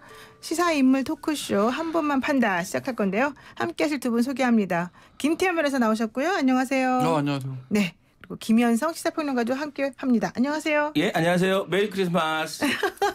인사성도 밝으십니다. 뭐 인사성 밝은 누군가를 보면서 뭔가 하고 싶다 이런 생각 안 드십니까? 한마디 하세요. 메리 크리스마스. 메리 크리스마스예요. 그래도. 뭐 메리 크리스마스요? 네. 제가 안 하더라도 뭐 잘 보내실 텐데요. 맞습니다. 어쨌든 메리 크리스마스. 그럴 겁니다. 네. 자, 어쨌든 한 분만 판다 본격적으로 들어가기 전에 어제 국회 소식 잠깐만 얘기하고 가죠. 그 국회가 결과적으로는 여야 그 4+1 협의체가 어느 정도 이 합의를 다 결정대로 끌어내는 바람에 사실은 어제 본회의가 열리고 지금 필리버스터까지 진행이 되고 있는 중인데요. 여기에 대해서 뭐 의견 있으십니까? 어떻게 평가가 될까요? 그러니까 박지원 의원이 했던 말이 가장 인상적이었던 것 같아요. 뭐라 그랬죠? 그러니까 꽁도 먹고 알도 먹고 국물까지 다 마실 수는 없다라는 게 어떤 4+1 그 함께했던 사람들의 일종의 양보를 얻어내는 거 아닌가. 예, 그래서 마지막 그 논쟁이 됐던 석패율 문제를 정의당과 3+1이 민주당의 요구를 받아들인 거고 또 마찬가지로 민주당 또한 어찌됐든 뭐 캡을 씌우는 그러니까 연동형에서 캡을 씌우는 그 안전장치를 통해 갖고 본인들이 좀 얻을 수 있는 거 얻었고 근데 다만 좀 아쉬운 건 연동형이라는 어떤 뭔가 의미 있는 선거제도 자체가 사실 좀 이렇게 4+1 5당이 협의하는 과정에서 상당히 약간 좀 거칠게 표현하면 약간 누더기가 됐다고 해야 되나? 그렇지만 그래도 어찌됐든 정치력을 발휘한 의미 있는 결과다라고 봅니다. 그렇군요. 김태만 선생님 어떻게 보세요? 정치력은 뭐 4+1 안에서 한 건데 사실 그렇잖아요. 4+1이 상당 부분 그러니까 국회의원들의 뜻 아닙니까? 선거법은요. 네. 물론 저 개인적으로는 연동형 비례대표제는 대한민국의 대통령제에서 맞지 않다고 저는 봐요. 개인적인 의견입니다. 그러니까 선거제 개편은 권력구조 개편에 선행이 돼야지 다당제라는 것 자체가 저는 대통령제에서는 절대 맞지 않은 옷이다. 차라리 다당제를 할 거면 연동비례 할 거면 권력구조 개편에서 의원 내각제 의원 집정부제 하고 나서 하면 모를까라는 게 제 기본적인 소신입니다. 근데 뭐 그건 이미 다 지나간 얘기니까 그렇다 치더라도 뭐 자유한국당의 필리버스터를 하네 4+1이 뭘 하네 뭐 예전에 시작할 때 손학규 대표가 단식을 했네 만에 아무리 얘기를 해도요. 선거법은 그냥 모든 의원 그러니까 300명 의원들 합의가 없으면 안 하는 게 맞습니다. 그건 민주주의 국가 정당 민주주의를 하고 있는 현대 민주주의 국가에서의 그 대원칙입니다. 300명이 다 합의를 할 수가 있어요? 그러니까 대부분. 왜냐하면 당끼리 합의하면 거의 다 합의가 된다고 보는 거니까 최소한 제1야당의 동의 없는 선거법 개정이라는 건요.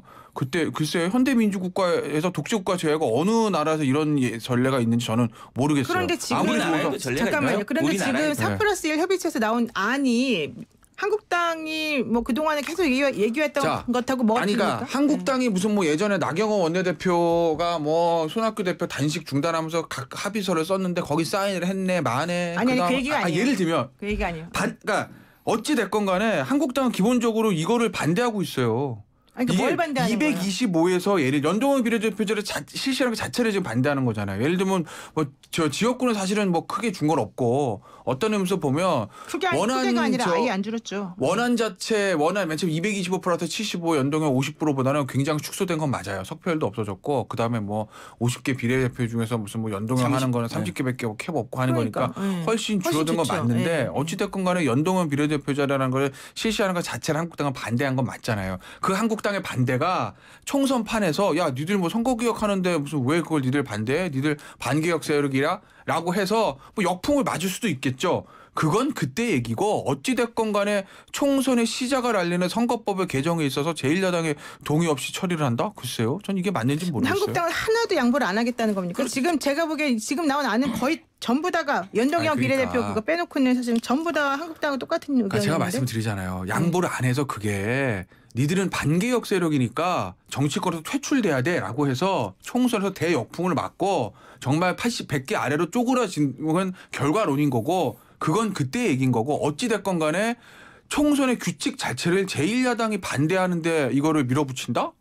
저는 그게 납득이 안 된다는 거죠. 만약 이렇게 해서 야 한국당에 반대해서 못하겠어. 옛날 거대로 해. 대신 한국당 니들 총선 심판받을 거야. 아무거 심판받는 거죠. 근데 김 변호사님 그냥 지금의 선거제도 자체가 상당히 문제가 있었고 국민들에게 이제 개정을 해야 된다는 강했고 그래서 합의가 해서 당 간에 어떤 위원회가 만들어져서 한 2년 이상을 논의를 한 거예요. 근데 자유한국당이 의견을 내지 않았어요. 근데 계속해서 의견을 내지 않다가 이게 이제 패스트트랙에 올라가고 막 그럴 것 같으니까 갑자기 비례대표 전체를 막 없애버리자. 모든 300명 전체를 선출직으로 하자. 비례 문제 있다. 라면 이런 식의 약간 깽판 놓기식으로 문제 제기를 하는 과정에서 여기까지 온 거고 실제 앵커님 말씀처럼 자유한국당에 특별한 의견이 없어요. 그리고 지금 통과된 안이 자유한국당이 주장한 안이나 자유한국당이 얘기했던 안하고 뭐가 다른가라는 생각도 해보면 크게 달라진 게 없거든요. 그리고 이제 자유한국당 내부적으로 조용히 비례한국당을 만들어서 연동형을 완전히 깽판 치자 이런 식으로까지 생각을 한 거 아니에요. 그리고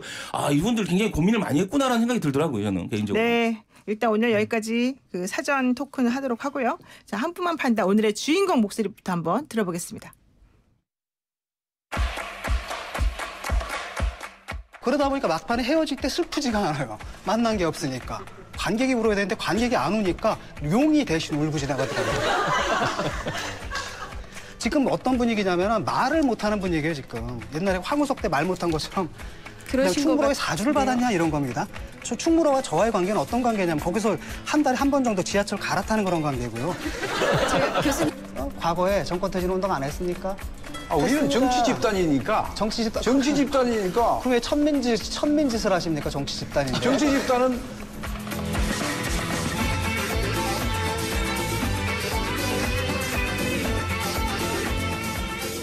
네, 목소리의 주인공 누군지 다 아시겠죠? 시사논객 진중권 전 동양대 교수의 목소리였는데요. 사실 진중권 교수가 가지고 있던 그런 철학이나 가치관을 많은 분들이 상당히 좋아했었는데 그리고 또 동양대학교 이름을 알린 데도 진 교수가 많이 역할을 했죠. 근데 갑자기 사직서를 제출했습니다. 왜 그랬을까요? 그러니까 이제 지금 이유는 표면상의 이유는 한 3가지 정도 되는 것 같아요. 네. 그러니까 본인이 학위가 없이 특채가 된 게 이것도 적폐라고 생각됐다. 이 과정에서. 이제 와서 갑자기. 네. 저는 이제 그런 거고. 그리고 직을 가지고 있으면서 자기한테 은혜를 줬던 최성해 총장에 대해서 쓴소리를 하기는 어려웠다. 그리고 직을 갖고 있으면서 총장과 학교를 대변하기는 어려웠다. 뭐 이건데 저는 매 3번째 방점이 좀 찍혀 있지 않나라는 생각이 들어요. 그러니까 뭔가 쓴소리를 하겠다는 생각보다는 왜냐하면 이 직을 던지고 나서 했던 지금 발언들이 뭐 유시민과 관련된 유시민 그 재단 이사장과 관련된 회유 발언이라든가 이런 거 보면 이 결국은 총장과 학교에 일종의 대변인이 되려고 하는 거구나. 그래서 본인이 지금까지 얘기했던 그러니까 조국 사태와 관련돼서 얘기했던 문제들에 대해서 틀리지 않았다라는 걸 주장하기 위해서 그만둔 게 아닌가라는 생각이 들어요. 어떻게 보세요? 네. 학교에 부담 주지 않게 해서 그런 거죠. 왜 부담이 돼요? 학교를 위해서 얘기하겠다는 어제 거 아니에요? 전체를 보면 기본적으로 표창장 위조는 잘못됐다. 그죠? 잘못된 거 맞다. 그런데 최성해 총장의 학력 위조 논란이 있다. 근데 학력 위조 논란이 있다고 해서 예를 들면 최성해 총장이 맨 처음에 그 문제를 제기했으니까 학력 위조를 해가지고 총장에 앉은 당신이 제기하는 모든 문제는 잘못됐다라고 저쪽에서 공격을 한다. 네. 내가 봤을 땐 그건 아니다. 어제 그런 취지의 얘기가 나오거든요. 네. 학력 위조한 거 학력 위조인 거고 그 사람이 전달한 메시지는 메시지인 거지. 왜 그걸 가지고 표창장 위조 문제 연결을 시키지? 그러니까 나는 이 학교한테서 받은 은혜 것도 많으니 학교를 위해서 나는 방어막을 쳐야 돼. 근데 내가 이 학교에 있으면서 또 일부에서 나보고 지금 뭐 너 학위도 없이 교수하냐 뭐라 그러는데 내가 자리를 지키면서 학교를 위해서 방어를 하며 너 월급 받으려고 그러지. 이 얘기가 나올 수 있으니 난 그 내 순수함을 보여주기 위해서 사표 내고 야인의 상태에서 자유롭게 학교를 위해서 애쓰겠다 뭐 이런 것 같아요. 네, 잠깐만요. 그러면 일단 두 개만 제가 짚고 넘어갈게요. 일단 사직서를 냈어도 해임이 된 게 아니니까 나중에 다시 그 학교에 교수를 복직할 수 있습니까? 그건 모르겠어요, 저도. 그건 학교 규정마다 오늘 다르게 복직은 할 수 있고 근데 그렇죠. 관계자가 결국은 이제 사직서 처리가 됐다라는 얘기를 이제 인터뷰를 통해 그러니까 그 확인을 해줬거든요. 그러니까 해줬으니까 지금은 이제 사직이 됐지만 전 교수죠, 그러니까. 그러니까 나중에 혹시 또 이제 다 정리가 돼서 혹시 또 그 학교 들어가는 건 문제가 없죠? 문제 없죠. 네, 좋아요. 자, 그다음 두 번째. 제가 궁금한 건 이거였어요. 진중권 교수 말 다 일리가 있고 어느 정도 수긍할 바도 있는데 그러면 표창장 위조됐다는 것을 확신을 가지고 지금 이런 얘기를 하시는 거잖아요. 이런 스탠스를. 근데 표창장이 위조됐는지 안 됐는지를 진중권 교수가 어떻게 알죠? 확인은 어떻게 하죠? 그걸 못 봤을 것 같은데. 저도 못 봤잖아요. 변호사님 보셨어요? 못 봤죠. 근데 아무도 못 봤잖아요. 근데 어떻게 이걸 진 확신해요? 교수가 얘기한 거에 대해서 많은 국민들이 이제 의아해하는 부분이 그 지점이에요. 네. 그러니까 뭐냐면 일종의 너 표창장 위조했지라고 얘기하는데 내가 위조를 안 했다라는 걸 스스로 증명해야 되는 거예요 지금. 그러니까 너희들이 이게 정경심 교수나 조국 교수가 그거에 대해서 증명을 못하니 위조가 맞다 이렇게 얘기하는 거거든요. 네. 근데 여러분 이제 두 분 다 이제 법조에 계시니까 네가 도둑이다. 라고 얘기한다 그래서 이제 예를 들면 검찰이나 저 국가가 네가 뭐 문제가 있어라고 얘기해서 그러면 이 상대방 그 피의자가 내가 그것이 아니라는 걸 증명해야 된다. 이 구조가 현대 이 법률 구조에서 맞냐? 예를 들면 본인이 그걸 입증을 해야 되는 거죠. 검찰이 입증하거나 본인도 확실하게 뭔가 그 증거가 있거나 뭔가 있어야 되는데 지금까지 진중권 교수의 얘기는 네가 위조가 아니라는 걸 명확하게 입증하지 못했으니 내가 이제 확신이 안 들었으니 너는 위조가 맞아 라는 식으로 지금 계속 얘기하는 거거든요. 이건 결국은 저는 그동안 진 교수가 얘기했던 그동안의 맥락하고 어떤 굉장히 노직하고 그동안 정의롭고 뭔가 공정하고 이런 피해자의 편에 섰던 이런 그동안의 행보와 너무 다르다. 그래서 사람들이 예를 들면 어떤 진 교수의 어떤 선택적 정의에 대해서 문제제기하고 있다. 왜냐하면 이번에도 최성해 어찌든 총장에 대해서 교육부가 그날 그러니까 12월 19일 진중권 교수가 사직서를 예를 들면 페이스북에 올렸던 그날 교육부가 최성해 총장의 5개 학위 그러니까 학사, 석사, 박사까지 해외 박사까지 이게 뭐 잘못됐다. 이거 맞지 않다라고 결정을 한 날이에요. 그러면 그 부분에 대해서 한마디로도 해석해야 되지 아닌가요? 총장의 어떤 그런 행위에 대해서. 어떻게 보십니까? 근데 진 교수 입장에서 확신을 왜 못 가져요? 그게 뭐 어려운가요? 예를 들면 우리가 그러면은 우리 아무도 이런 사안에 대해서 평론하면 안 돼요. 다 확신을 못 가져요. 그런 식으로 따지면 저도 그게 위조됐다고 100% 확신 못 갖고 김영석 평론한 것도 그게 진본이라고 100% 확신 못 가죠. 그 100% 확신은 신과 당사자만 아는 거고 사법적으로는 대법원 확정 판결 되기 전에는 아무도 확신을 가지지 못한다는 논리가 나오는데 그건 맞지가 않죠. 일반인들 살아가면서 언론 보도라든지 본인이 개인적으로 보고 들은 것으로 판단할 수 있는 거는 충분히 근거들은 많아요. 진 교수 입장에서 보면 동양대 교수였잖아요. 학교의 표창장 로직이 절차가 어떻게 잘 알고 있을 거예요. 더군다나 이게 표창장 처음 위조 나왔을 때 속된 말로 동양대 내에서 아니 그거 제대로 발급된 거야 라고 첫 번째 말한 제2 교수가 우리 라디오 방송 나와서 얘기를 했잖아요. 그런데 진 교수 얘기는 그 제2 교수가 방송 나가서 하는 얘기는 방송 나가기 전에 나랑 했던 얘기랑 완전히 다르다. 그렇게 얘기한 거 아니겠습니까? 우리 내부적으로는 이거 표창장 이상하다. 이거 위조된 거라고 보고 있었다. 그런데 그 제 교수가 아침 라디오 방송 나가가지고 말을 바꾸면서부터 이게 일이 이렇게 다 이런 식의 얘기들을 계속 해왔지 않습니까? 그러니까 진 교수 입장에서 보면 본인이 저 경험했던 동양대학교의 어떤 절차라든지 그 주변 교수들의 얘기들 그럼 우리가 모르는 거고 우리가 알고 있었던 언론 보도 이런 거 종합하면 본인 나름대로는 야 이거 위조된 게 맞구나라고 확신할 수 있는 거죠. 근데 어제 오마이뉴스에서 또 단독으로 나왔던 게 그런 그 여러 가지 형식의 그런 뭐 표창장, 공문 이런 것들이 많이 있었다라는 얘기인데 더 중요한 거는 진중권 교수가 뭐 그냥 본인이 아는 바대로 확신을 가졌다고 치더라도 그게 남의 일이잖아요 결국에는. 근데 본인이 사표까지 낼 만한 일이냐 이 부분에 대해서도 의아심을 가진다는 거죠. 아 그럼 본인의 선택인데 그럼 우리가 뭐 예를 들어서 자리 이제 자리 하겠다고 버티는 게 더 웃기지. 선택인데 예를 들면 그러니까 예를 들면 우리 모든 이것뿐만 아니라 모든 게 그래요. 이게 뭐 방송 진행이든 패널이든 예를 들면 그다음에 뭐 국회의원이든 아니면 회사 사장이든 간에 상황이 약간 바뀌었어야 자리를 버티는 게 더 웃기지. 아 어쨌든 내가 깔끔하게 내려놓고 사표 내겠다는데 그걸 비난할 필요가 없어요. 그러면 저는 이제 그 부분에 대해서 좀 문제 제기를 하는 거예요. 이게 왜 갑자기 또 그 시점이냐. 그러니까 예를 들면 9월 10일 그 시점에서 그러니까 그 사건이 있었을 때 내가 객관적으로 좀 얘기하겠다라고 했었어야 되는데 그 당시에는 동양대의 타이틀을 가지고 있었다가 갑자기 최성해 총장 5개의 학위 중에 3개가 허위다라고 교육부 발표가 나는 그 시점에서 본인은 사직하겠다. 그러면서 옛날부터 생각했던 거다. 이렇게 얘기하는 것 자체 가 올바른 전 바르지 않다라고 보는 거고. 사표를 안 되고 계속 해야 된다는 말씀이세요? 사표를 내면 안 된다는 게 아니라 그 타이밍이 좀 이상하잖아요. 저는 만약에 그런 식의 그 어떤 총장에 대한 문제나 학교에 대한 문제에서 객관적으로 얘기하고 싶다라고 했다라면 이미 9월 달 그 문제를 이야기했던 그 시점에서 본인이 동양대직을 내려놨어야죠. 그리고 본인이 그렇게 예를 들면 특혜다 학위가 없는데 채용된 게 특혜다 생각해서 이것도 적폐다라고 했다라고 한다라면 사실 진작 또 예를 들면 그 촛불을 들었던 그 시점에서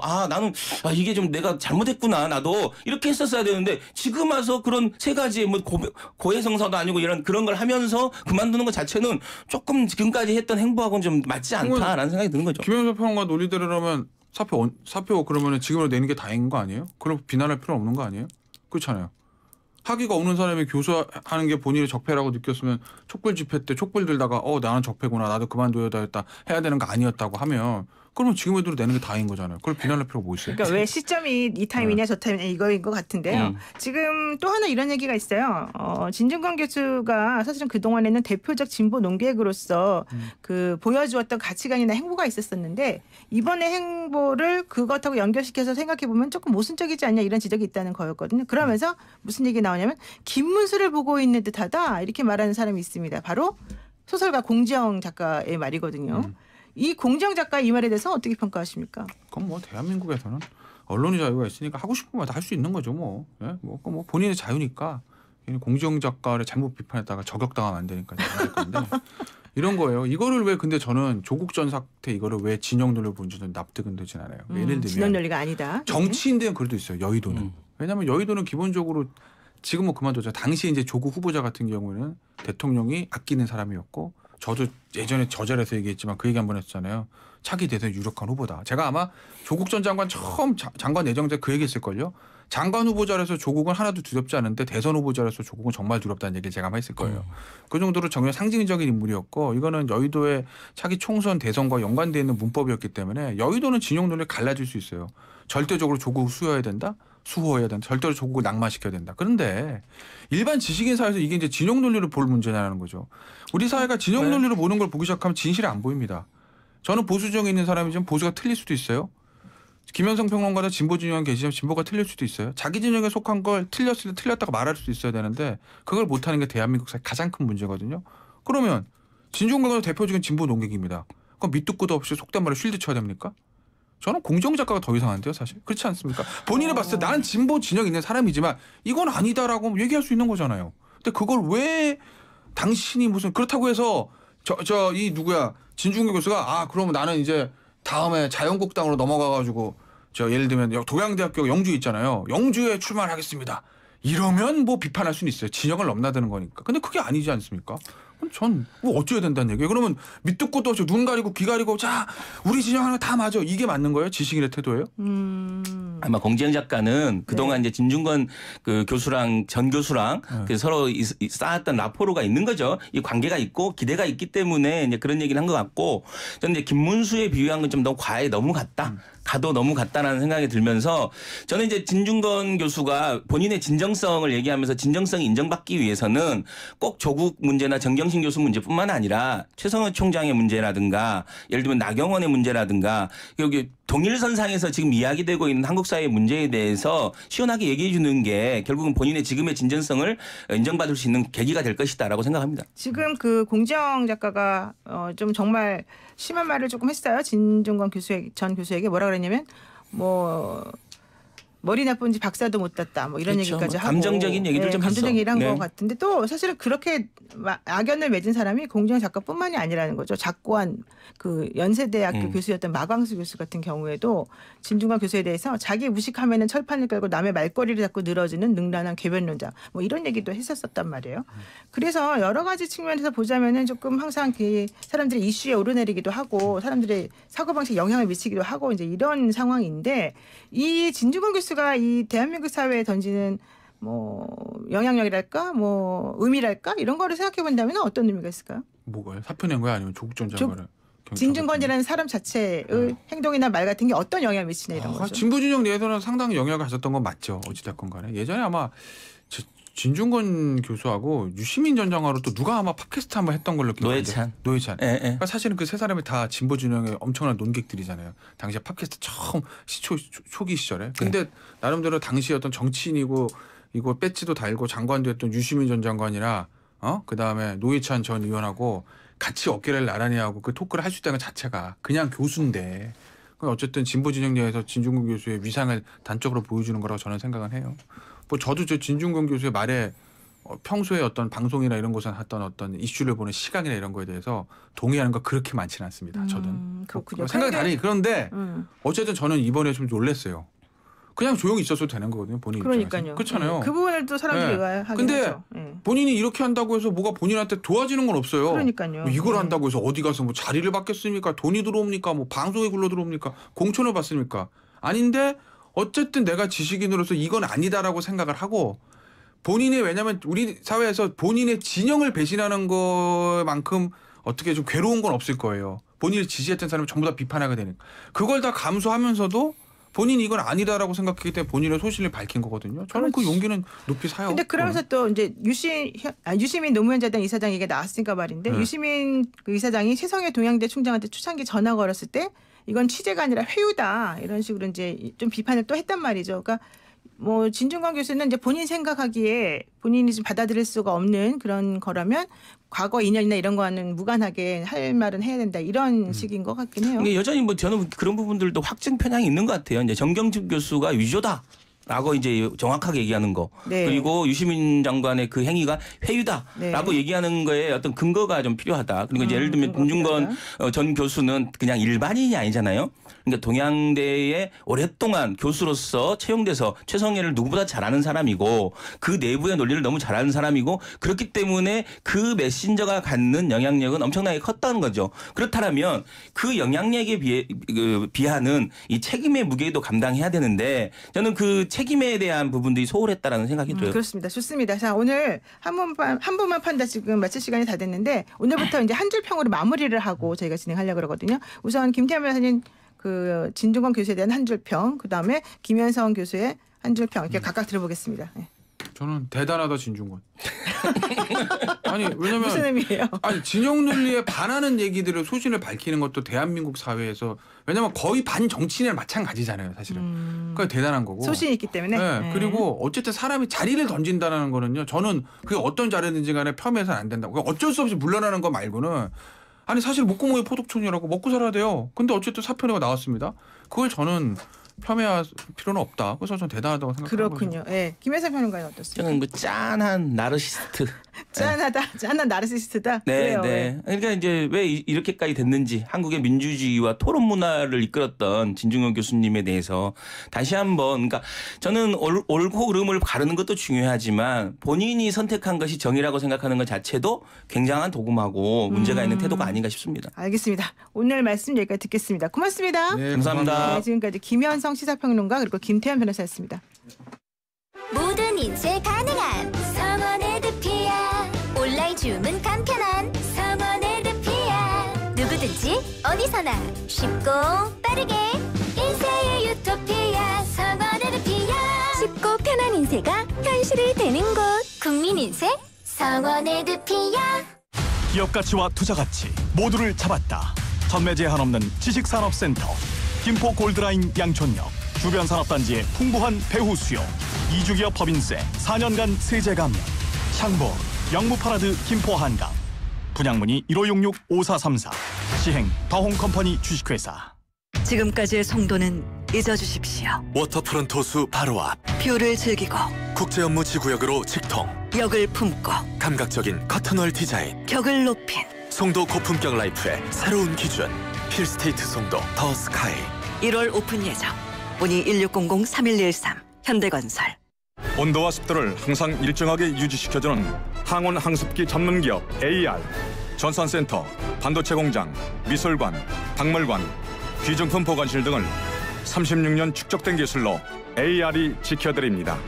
24시간 확실한 서비스 보장. 1855-0561. 사장님, 우리 집 바닥재 뭘로 하면 좋을까요? 요즘 잘 나가는 바닥재 스타 강마루 콤비강 모르세요?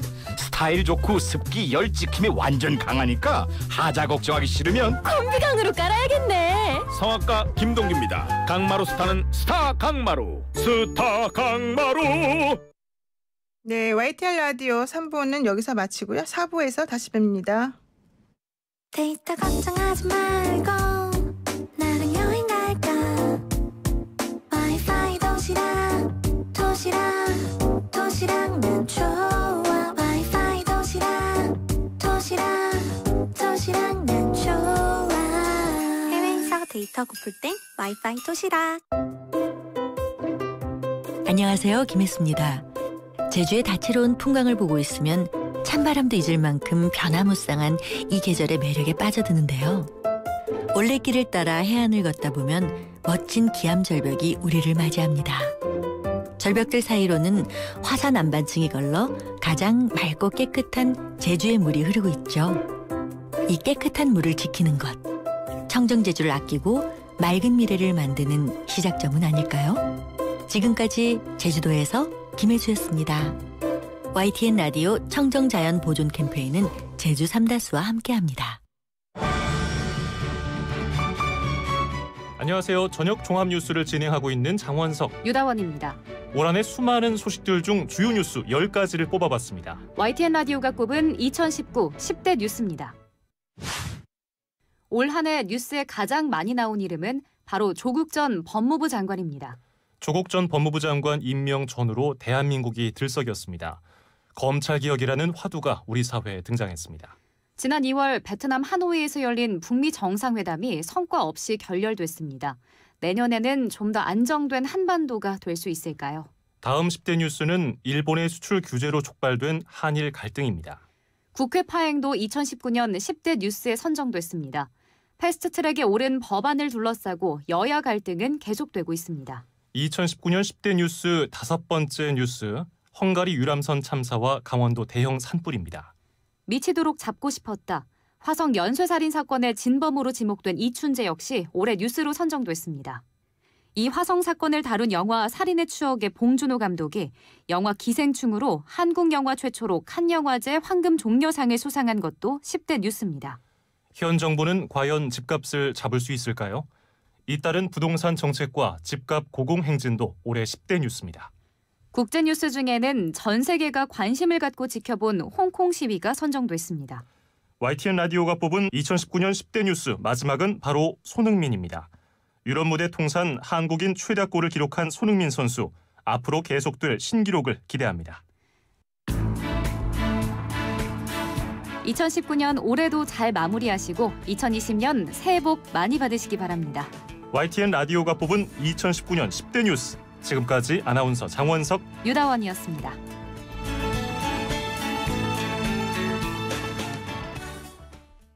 네, YTN 라디오 노영의 출발 새 아침 4부 문을 열었습니다. 오늘 이 시간에는요, 뉴스 탐구 생활을 할 건데요. 연말 특집 핵심 정리 시간입니다. YTN 라디오에서 조금 전에 들으신 것처럼 2019년 10대 뉴스를 선정했습니다. 어떤 뉴스가 선정되는지 좀 자세히 한번 풀어보겠습니다. 청취자 여러분이 생각하시는 올해의 뉴스 그리고 어떤 것들이 있는지 또 한번 알려주시면 좋겠네요. 방송 중에 함께합니다. 짧은 문자 50원, 긴 문자 100원의 유료 문자 샵 0945, 우물정 0945로 보내주시면 되고요. 유튜브 보이는 라디오 채팅창도 열려 있습니다. 오늘 2019년 10대 뉴스를 함께 짚어주실 우리 김성희 싱크와이 소장 스튜디오에 나와 계십니다. 안녕하세요. 네, 안녕하세요. 네, 소장님, 김님 지금 그 싱크와이라고 하는 연구소를 운영을 하고 계시는데 이 싱크와이에서 하시는 일이 정확히 어떤 거죠?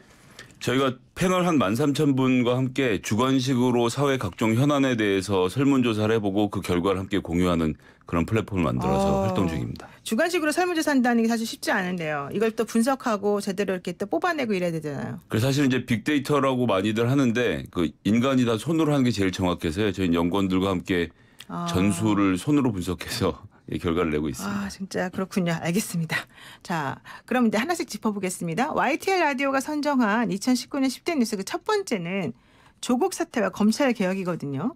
이 조국 전 법무부 장관 임명 전후로 정말 대한민국이 들썩들썩했고 지금도 사실은 아직 논란이 끝나지가 않았습니다. 광화문, 서초동 집회가 계속해서 이어지고 있고 여의도까지 세 군데가 지금 정신이 없는 상황인데 결국 어제 또 검찰이 조국 전 장관에 대한 영장을 청구하면서 이 파장이 또 만만치 않을 거다 이렇게 얘기가 나오고 있습니다. 어떻습니까? 일단 뭐 혐의가 있으니까 기소를 하고 영장을 쳤다라고 생각하시는 분들도 계시고 야 이거 보니까 뭐 한번 걸리면 정말 탈탈 터는구나라고 생각하셨던 분도 계시는 것 같아요. 이게 특히나 보이는 건 9월 6일에 청문회 당일에 기소한 것이 재판 과정에서 무리가 좀 드러나는 걸 저희가 보일 수 있지 않습니까? 그런데 여기서 제일 중요한 건 사실은 판사하고 검사 변호사가 있으면 판사가 판결을 하고 검사하고 변호사하고 다퉈야 되는데 그렇죠. 우리나라는 부를 때 판검사라고 부르잖아요. 그래서 이번 재판 과정에서 검사가 판사를 이 판결한 사람으로 인정하지 않는 태도를 보였던 것이 저는 좀 큰 패착이었던 것 같고 그렇기 때문에 이 문제를 통해서 사법관계의 질서가 좀 회복되는 과정이 앞으로 좀 있기를 바라고요. 혐의 관계는 뭐 26일 영장 결과를 보면 알 수 있게 될 것 같습니다. 검사가 판사를 판결하는 사람으로 보지 않고 적으로 지금 간주하고 있는 거 이게 가장 문제다 이렇게 좀 보신다는 거예요. 그래서 판사와 검 변호사라고 불러야 되는데 명칭이 좀 잘못된 것 같아요. 네, 그렇군요. 자, 그러면은 그 조국 전 장관 이슈가 왜 이렇게 시끄러웠을까요? 그리고 왜 아직도 끝나지 않았을까요? 이게 이제 박근혜 대통령 탄핵 이후로 소위 말하는 이제 촛불 시민이라는 그 정서가 하나로 모여 있던 것이 조국 사태를 겪으면서 양분됐던 것이 전 큰 역할을 했다고 생각하고요. 서로 간에 다 생각이 같은 사람인 줄 알았는데 알고 보니 그렇지 않다는 점이 드러나면서 사회 갈등이 촉발된 점 그리고 이제 조국 교수라는 분이 사실 사회적으로는 굉장히 헌신하고 이런 분으로 알려져 있었는데 그렇지 않았다라고 생각하시는 분들과 검찰이 저렇게 무리하게 틀면 누구나 다 저런 이 굴레를 씌울 수밖에 없다는 점이 좀 충돌한 게 아니었나 그렇게 보여집니다. 그러니까 정보가 명확하게 분석되지 않은 우리 같은 사람들 입장에서 보자면 검찰의 행동이나 조국 전 장관의 행동 전부 다가 조금 이해 못할 부분들이 좀 있어서 여기에 대해서 이제 본인들이 생각하는 그런 것들이 정리가 안 되는 부분이 있지 않나 이런 생각도 좀 하시는 건가요? 그렇죠. 검찰이 언론을 통해서 너무 많이 흘렸고 사실은 지금 벌어진 재판 과정이 언론을 통해서 더 많이 알려지는 게 정상적인 전 구조라고 보거든요. 그래서 좀 그렇게 좀 옮겨갔으면 좋겠습니다. 네, 좋습니다. 자, 두 번째 이슈는요. 2019년 하노이 회담 이후에 경색된 남북미 관계입니다. 2019년 2월에 베트남 하노이에서 열린 그 북미 정상회담이 결렬된 이후에 사실은 뚜렷한 어떤 성과 없이 계속해서 북미 관계, 남북 관계가 이어지고 있습니다. 지금은 이제 김정은 위원장이 크리스마스 선물 운운까지 하면서 ICBM을 쏘내마네 이런 얘기 나오고 있는 중인데 이거 좀 꼬였다고밖에 볼 수 없을 것 같은데 어떻습니까? 그렇죠. 북한은 사실 이제 경제적으로는 제재 해제, 그다음에 이제 군사적으로는 연합훈련 중단, 그리고 정권 보위 차원에서 수교하고 평화협정을 맺기를 간절하게 바라는 입장이었던 거죠. 그리고 어느 정도 진전을 이뤘다고 다들 생각을 했는데 하노이 회담에 이제 빈손으로 서로 나타나면서 문제가 꼬였고요. 이게 지금 해결이 난망한 구조죠. 그래서 한국에게 SOS를 쳤고 그래서 뭐 개성공단이라도 좀 같이 해보자. 금강산이라도 같이 해보자는 얘기를 했는데 한국이 미국의 허락이 떨어지질 않으니까 여기서 못 움직이면서 그럼 너희들이랑 할 얘기가 없네 라고 돌아선 상황이라고 생각을 하고요. 또 미국이 중요하게 안 보는 게 이 북한은 김정은 위원장의 신년사가 거의 이 성경 수준이잖아요. 그렇죠. 올해 안에 해결해야 한다고 하면 올해 안에 해결이 돼야 되는데 미국은 뭐 12월에 안 되면 1월에 하면 되지라는 생각이 지금 이 충돌을 만들어내는 것 같고 그래서 저는 김정은 위원장이 크리스마스를 전후해서 아슬아슬한 위반을 하는 정도로 가지 이 본격적으로 이 판을 깰 거라고 생각하지 않았습니다. 어쨌거나 트럼프 대통령 있을 때 한 번 더 해보는 것이 본인들에게 유리하다라고 저는 생각할 거라고 그렇게 판단을 합니다. 아슬아슬하게 뭔가 좀 우리들한테 요구사항을 좀 들어줘 이런 정도로만 뭔가 제시를 할 것이다. ICBM도 아니고 ICBM이 아닌 것도 아닌 그 어떤 새로운 수를 찾아내겠죠. 근데 좀 전에 이제 북한이 우리 한국 남한 쪽에다가 SOS를 쳤다. 그 경제적 관련해서. 근데 사실 그게 제대로 되지가 않아서 아마 현재까지 온 것 같다. 이렇게 얘기하셨는데 사실 북한이 SOS를 치는 그 방식도 좀 문제가 있지 않습니까? 우리한테 마치 깡패처럼 막 비난하면서 야 니네 빨리 알아서 제대로 안 해? 이런 뉘앙스잖아요. 그 전에 조용히는 잘 전달을 했는데 이렇게 해서 개성공단을 해결해 보자 얘기를 했는데 한국에서 가다 이제 유엔사에서 막혔잖아요. 사실 이제 미군한테 막힌 건데 그렇게 되니까 그 다음에 또 북한이 이제 험한 말을 하고 뭐 이게 어쩔 수 없지만 북한은 그런 식으로 협상을 해왔던 전례가 있으니까 우리가 포용을 하고 가야 되는 측면이 아닌가 그렇게 생각을 합니다. 좀 마음이 넓으십니다. 예, 뭐 일단은 어떻게든 해결을 해야 되니까요. 네, 그렇군요. 그럼 미국이 그러면 북한과의 관계에서 진정성을 보였다고는 생각하십니까? 전 트럼프 대통령이 본인의 재집권을 위해서는 뭐든지 하는 성격이었기 때문에 이루어진 일이고 미국이 기본적으로 북한 문제에 대해서 그렇게 큰 관심이 없고요. 네. 그냥 관리만 되면 된다고 생각을 하지 뭐 딱히 진전을 이룰 생각이 뭐 중동에 비해서 한참 순위가 처지기 때문에 저는 이 정도만 해도 좀 잘 된 게 아닌가 싶습니다. 민주당 정권이라면 그러니까 미국 민주당 정권이라면 이만큼 진도를 절대 못 뺐을 거라고 생각을 합니다. 그렇군요. 자, 그리고 세 번째 뉴스 보겠습니다. 한일 갈등 이후에 불붙은 일본 불매운동입니다. 이 일본 불매운동 관련해서 일본의 태도가 너무 심하다 이런 얘기가 있고 오늘 한일 정상회담이 있어서 좀 어떻게 해결이 될까 이런 또 기대가 있는 것도 사실인데 어떻게 보십니까? 일단 한국의 대일 수출은 7% 감소했고 일본의 대한 수출은 14% 감소해서 이걸 가지고 제가 이겼다고 말해야 될지 모르겠지만 여하튼 네네. 국민들은 침착하게 대응을 하고 있다고 생각을 하고요. 네. 그리고 불매운동도 완강하게 지속적으로 좀 벌어지고 있지 않습니까? 이러는 가운데 대마도는 관광을 포기하고 어업으로 돌아가는 지경이 됐다는데 일본의 유권자들하고 기업이 가장 큰 피해자거든요. 지금 현재로 놓고 보면 우리나라 반도체 기업 같은 경우는 굉장히 잘 대처를 해왔고요. 이런 가운데 그 벚꽃을 보는 모임이라고 해서 일본 아베 총리가 그 세금으로 동네 사람들 관광시켜준 문제가 터진 데다가 최근에 또 이제 카지노의 불법 중국 자금이 아베 측근들에게 유입됐다는 얘기까지 나와서 정권이 굉장히 불안한 상태라서 그렇죠. 그럼 이제 두 가지가 있을 것 같아요. 선택은 오늘 가서 문재인 대통령은 어떻게든 좀 일부 합의를 이뤄서 이것으로 위기 국면을 타개하는 방법이 있고 아니면 그들이 전통적으로 사용하는 방법 외부의 적을 만들어서 내부를 단속하는 방법을 고려하면 아예 저는 거꾸로 회담장을 박차고 나와서 한국어가 뭐 도저히 못하겠다라고 이야기할 가능성도 배제할 수는 없는데 어느 쪽을 고를지는 도저히 짐작이 안 되네요. 그렇군요. 아베가 회담 자리를 박차고 나올 가능성도 사실은 우리가 배제할 수 없다. 그렇군요. 별로 안 좋은 기대네요. 근데 눈길을 돌려야 되니까요. 어쨌건 본인의 정치적 위기를 어떻게 해결할 것인지에 대해서는 그들도 두 가지 카드를 놓고 계속 고민 중일 거라고 생각합니다. 그렇군요. 자, 네 번째 뉴스는 국회 파행 소식입니다. 사실 뭐 어제 본회의가 열리고 각종 이제 법안들이 상정되기는 했는데 결과론적으로는 올해 내내 국회가 파행됐지 않습니까? 이거 어떻게 보세요?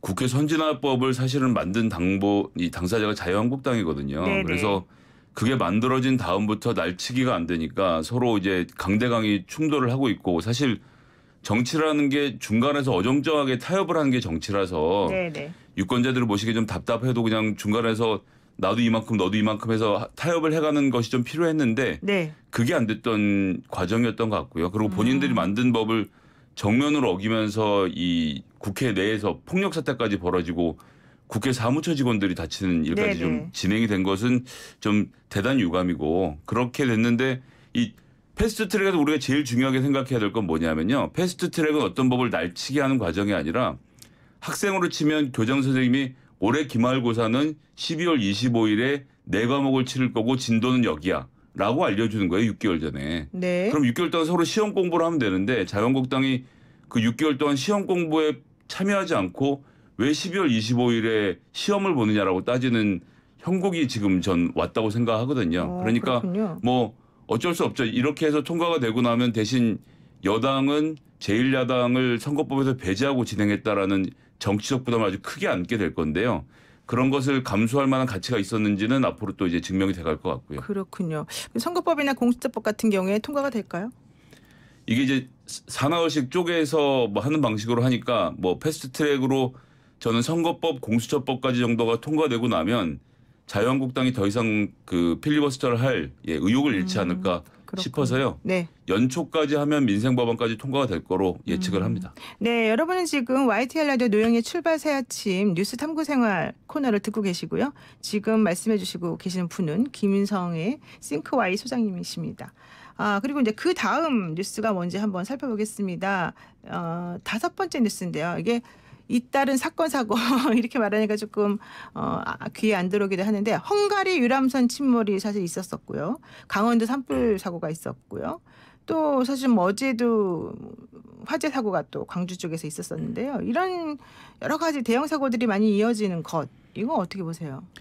그 이제 굉장히 안타까운 사고였고 특히 이제 강원도 산불 같은 경우는 전국에도 소방차가 줄지어 달리는 모습이 굉장히 감동적이었잖아요. 이게 국가가 재난 컨트롤 타워가 됐을 때 어떻게 활동할 수 있는지를 보여준 거고 모든 일은 사실 돈이 듭니다. 예, 저희가 보험 들듯이 국가 예산에서 안전 관련된 부분들 좀 확충을 해서 민식이법도 마찬가지 아닙니까? 네. 그런 부분에서 국민들이 좀 감내하고 국가가 좀 더 안전 관련돼서 투자를 좀 본격적으로 해줬으면 하는 바람입니다. 그렇죠. 더 이상 사람으로 인해 생기는 인재가 없어야 될 것 같고요. 제가 좀 전에 말씀드린 광주 화재는 어제가 아니라 지난 주말에 있었던 사고를 말씀드린 거였습니다.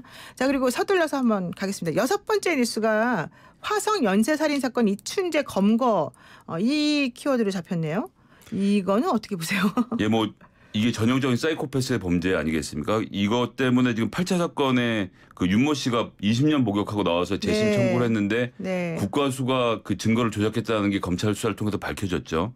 전 이것도 마찬가지인데 수사기관, 국가 권력이 개인을 너무 강하게 압박을 했을 경우에 생기는 부작용이잖아요. 네. 그러니까 이제 공수처가 만들어져서 검찰, 경찰, 공수처가 서로를 감시하고 서로를 기소하고 서로를 이렇게 압박해 가는 과정을 거치게 되면 그러면 국민들은 우리가 몰라도 되는 일을 모르는 상태로 좀 편안하게 살 수 있는 세상이 되지 않을까 싶어서 서로 견제하는 일이 좀 많이 됐으면 좋겠어요. 이게 네. 좀 전형적인 그런 사건으로 보여집니다. 그렇군요. 사실 윤모 씨 재심 청구 소송은요. 검찰이 재심을 해야 된다라고 또 주장을 지금 하고 있는 상황이죠. 원래는 재심을 해야 된다고 주장하는 쪽은 변호인 쪽이 더 강한데 네. 이것도 약간 아이러니한 부분이 있고 이제 검찰하고 경찰이 서로 책임을 좀 떠넘기는 부분도 좀 있고요. 검찰은 경찰이 수사를 잘못했으니까 재심하자는 얘기를 하는 거겠죠. 예. 그러면서 결과적으로는 본인들이 이제 망가뜨린 한 명의 인생에 대해서 어떻게 책임질 것인지를 또 우리가 좀 지켜봐야 될 부분인데요. 참 씁쓸합니다. 어쨌든 결론을 이겨내기 위해서 누군가에게 불법적인 행동을 가하고 국가수에 뭐 증거를 조작한다는 거 사실 상상도 안 되는데 그래도 이 윤모 씨는 그나마 불행 중 다행이라고 할까요? 이춘재 씨가 자백을 했기 때문에 또 이게 가능해졌기 때문에. 그렇죠. 지금이라도 예, 너무 안타깝습니다. 예, 좋습니다. 자, 7번째 뉴스 좀 기분 좋게 가보겠습니다. 너무 좀 안 좋은 소식이 많아가지고 자, 봉준호 감독 칸 영화제 황금 종려상 수상 이게 이제 올해 있었던 또 우리의 좋은 그런 뉴스였는데 어떻게 보세요? 이 12살의 영화 감독이 되기로 마음먹고 사회학과로 일부러 진학을 했잖아요. 그런 네. 사회적인 통찰과 비평적인 시선이 저는 만들어낸 역작이라고 생각하고 가장 지역적인 것이 가장 세계적이라는 것을 보여준 게 BTS와 봉준호 감독의 이번 작품이었다고 생각을 합니다. 그래서 잘 됐으면 좋겠고 아카데미에서도 좀 좋은 소식이 들려서 우리나라의 것, 우리의 문화가 좀 많이 퍼져나가는 그런 계기가 됐으면 좋겠습니다. 네, 그렇습니다. 이제 봉준호 감독은 한국만의 감독이 아니고 우리 대한민국 영화는 대한민국만의 영화는 아니다. 이렇게 볼 수 있을 것 같습니다. 자, 나머지도 한번 볼까요? 쏟아진 부동산 정책 그러나 고공행진하고 있는 집값. 이 부동산 정책 얘기도 조금 큰 뉴스로 들어와 있네요. 예, 이게 지금 뭐 이제 15억 이상은 대출도 못 받게 하고 여러 가지 핀셋 정책을 19차에 걸쳐서 계속 발표해 왔지 않습니까? 네. 근데 저는 이제 정부가 좀 솔직해질 필요가 있다고 생각하는데요. 이렇게는 안 되겠으니까 보유세를 올리고 양도세를 낮추자라는 주장이 좀 상당히 설득력을 얻고 있다고 생각하고 뭐 세금을 올리면 당연히 유권자들의 저항이 있겠지만 네. 그런 저간의 사정을 고려해서 일부 부자들이 돈 버는 것을 이 부동산을 통해 돈 버는 일을 막기 위해서 취해야 될 좀 불가결한 조치라고 보고 꼭 좀 이번에는 양도세를 내리고 보유세를 올려서 살 집을 사게 만들었으면 좀 좋겠습니다. 그렇군요. 우리 시민들, 서민들 다 같은 생각이 아닐까 싶습니다. 그리고 그 다음 뉴스는 전 세계가 주목한 홍콩 민주화 시위로 한번 꼽아봤습니다. 이 민주화 시위 어떻게 보세요? 홍콩의 시위. 전 이게 전 세계가 주목을 했던 것이 바로 SNS의 힘이라고 생각을 해요. 많은 사람들이 그러니까 주요 언론들이 보도를 하지 않아도 개인들이 갖고 있는 장비와 이런 것을 통해서 전 세계로 뉴스가 퍼져나가는 과정을 봤고 그래서 중국이 이런 문제를 어떻게 대처하는지를 이 전 세계 사람들이 봤고 거꾸로 시진핑 주석도 그렇기 때문에 강경한 진압을 이루지 못했다고 생각을 하거든요. 네. 그러니까 이게 뭐 SNS가 가진 순기능이라고 생각을 하고 홍콩에서 이렇게 민주운동 하시는 분들 좀 힘 많이 내셨으면 좋겠다는 응원의 말씀 좀 드리겠습니다. 네, 그렇군요. 그리고 마지막으로 YTN 라디오가 선정한 2019년 10대 뉴스는 영국 프리미어리그 토트넘 소속인 손흥민 선수의 선전 얘기네요. 예, 번리전에서 70m 달려서 골 넣는 장면 정말 환상적이었는데 저는 여기서 볼 수 있는 게 손흥민 선수가 이제 아버지가 축구 클럽을 하시는 분인데 어렸을 때 그 소위 말하는 자율 훈련을 했어요. 그러니까 아주 어렸을 때 선수로서 나갔으면 굉장히 기량이 좋을 선수였는데 네네. 기본기 훈련에 집중을 하고 선수로서 희생시키지 않은 거죠. 그래서 유소년 축구에서 중요한 것은 어떤 포지션을 맡아서 자꾸 혹사를 당하는 게 아니라 자유롭게 운동을 하고 자율적으로 하는 그런 훈련이 먼저 돼야 되는 거거든요. 그래서 축구를 즐길 줄 알아야 되는데 저는 그렇게 만들어진 선수다. 그렇기 때문에 그렇게 즐길 줄 아는 사람이 월드 클래스에 가서도 뭔가 되는 거지. 이렇게 체계적으로 자꾸 훈련만 해갖고 크는 인재는 사실은 그렇게까지 크기가 어렵거든요. 그런 좀 사례를 보여준 아주 좋은 일이라고 생각을 하고요. 지금 유소년 축구가 그렇게 많이 바뀌었어요. 그거를 통해서 우리나라 축구의 수준이 또 한 단계 도약하기를 좀 기대해 보겠습니다. 그렇군요. 그러면은 김성희 소장께서는 우리 그 10대 뉴스 중에서 어떤 뉴스가 좀 눈에 띄십니까? 저한테는 역시 조국과 검찰 이렇게 두 단어가 제일 눈에 띄네요. 어쨌든 네. 가장 좀 컸던 뉴스였던 것 같고요. 네. 이번 일을 계기로 국가 권력에 대한 국민들의 시선 이런 것도 한번 좀 점검해 볼 기회가 된 것 같고요. 그렇군요. 네, 감사합니다. 오늘 말씀 여기까지 듣겠습니다. 네, 감사합니다. 네, 지금까지 김성애 싱크와이 소장과 2019년 10대 뉴스 짚어봤습니다. 초특가 할인 제품, 거래 수수료 무료인 곳 알아? 산업 기계 장비 사고파는 다라몰. 아직도 몰라? 그럼 중고기계 사고팔 때는 다라 기계 장터. 모든 산업 다라에 다 있지. 대한민국 산업 유통의 중심. 산업 다라. 맑은 공기가 집 안으로 들어오니까 청정, 나쁜 공기를 집 밖으로 내보내니까 환기. 공기청정과 환기를 동시에 하니까 청정환기. 이제 창문 닫고 환기하세요. 청정환기 시스템을 나비앤하우스에서 만나보세요. 경동 나비엔 12월의 향기로운 퀴즈. 2019년은 기해년이었습니다. 2020년은 무엇일까요? 답은 경자년입니다. 남은 시간도 잘 보내시고 다가올 한 해를 잘 준비할 수 있도록 맥심 한잔 할까요? 맥심. 여러분, 쌍용 크리스마스 페스티벌에서 연말 보너스 받으세요. 오직 연말까지만 드리는 마지막 역대급 보너스. 12월에 구매하시는 분들께 개별 소비세 전액 지원에 최대 10% 할인까지. 딱 올해까지만 받을 수 있는 혜택이니까 절대 놓치지 마세요. 12월 한정 지금 바로 쌍용 자동차 전시장에서. 팍팍! 기계처럼 찍어내는 아이디어 말고 유후! 자유롭게 아이디어를 키워내고 풍덩! 용감하게 뛰어들고 빠져들어! 예! 최고의 아이디어를 찾을 때까지 아이디어로 금융을 바꾸다. 지금까지 악뮤였습니다. 세상에는 두 종류의 CCTV가 있다. 지켜보기만 하는 CCTV. 알아서 출동까지 하는 KT 기가 아이즈. KT가 똑똑하게 지켜주니까 우리 가게 안심 이상무. KT 기가이즈. 인테리어 훼손 걱정까지 끝. 가입 문의 1522-0123. 현대자동차 타는데 차량 정비 앱 따로, 멤버십 관리 앱 따로, 차계부 앱 따로. 챙길 게 너무 많아. 아직도 몰라? 이제 앱 하나로 다 되잖아. 운전생활에 필요한 모든 혜택을 간편하게 이용하는 현대자동차 오너의 필수 앱 마이현대. 와, 지금 다운받아야겠다. 네, 유튜브로 혈리라는 닉네임 쓰시는 청취자분께서요. 김정은 위원장이 도발하지 않을 겁니다 라는 댓글을 달아주셨어요. 크리스마스 선물 생각만 해도 두근두근 해야 되는데 어째 이번에 예고된 선물은 불안합니다. 혈리 청취자님의 말씀대로 도발은 없는, 그리고 사랑과 평화가 가득한 그런 휴일이 되었으면 좋겠습니다. 노영희의 출발 새 아침, 변함없이 슬기로운 내용으로 내일 모레 찾아뵙겠습니다. 고맙습니다.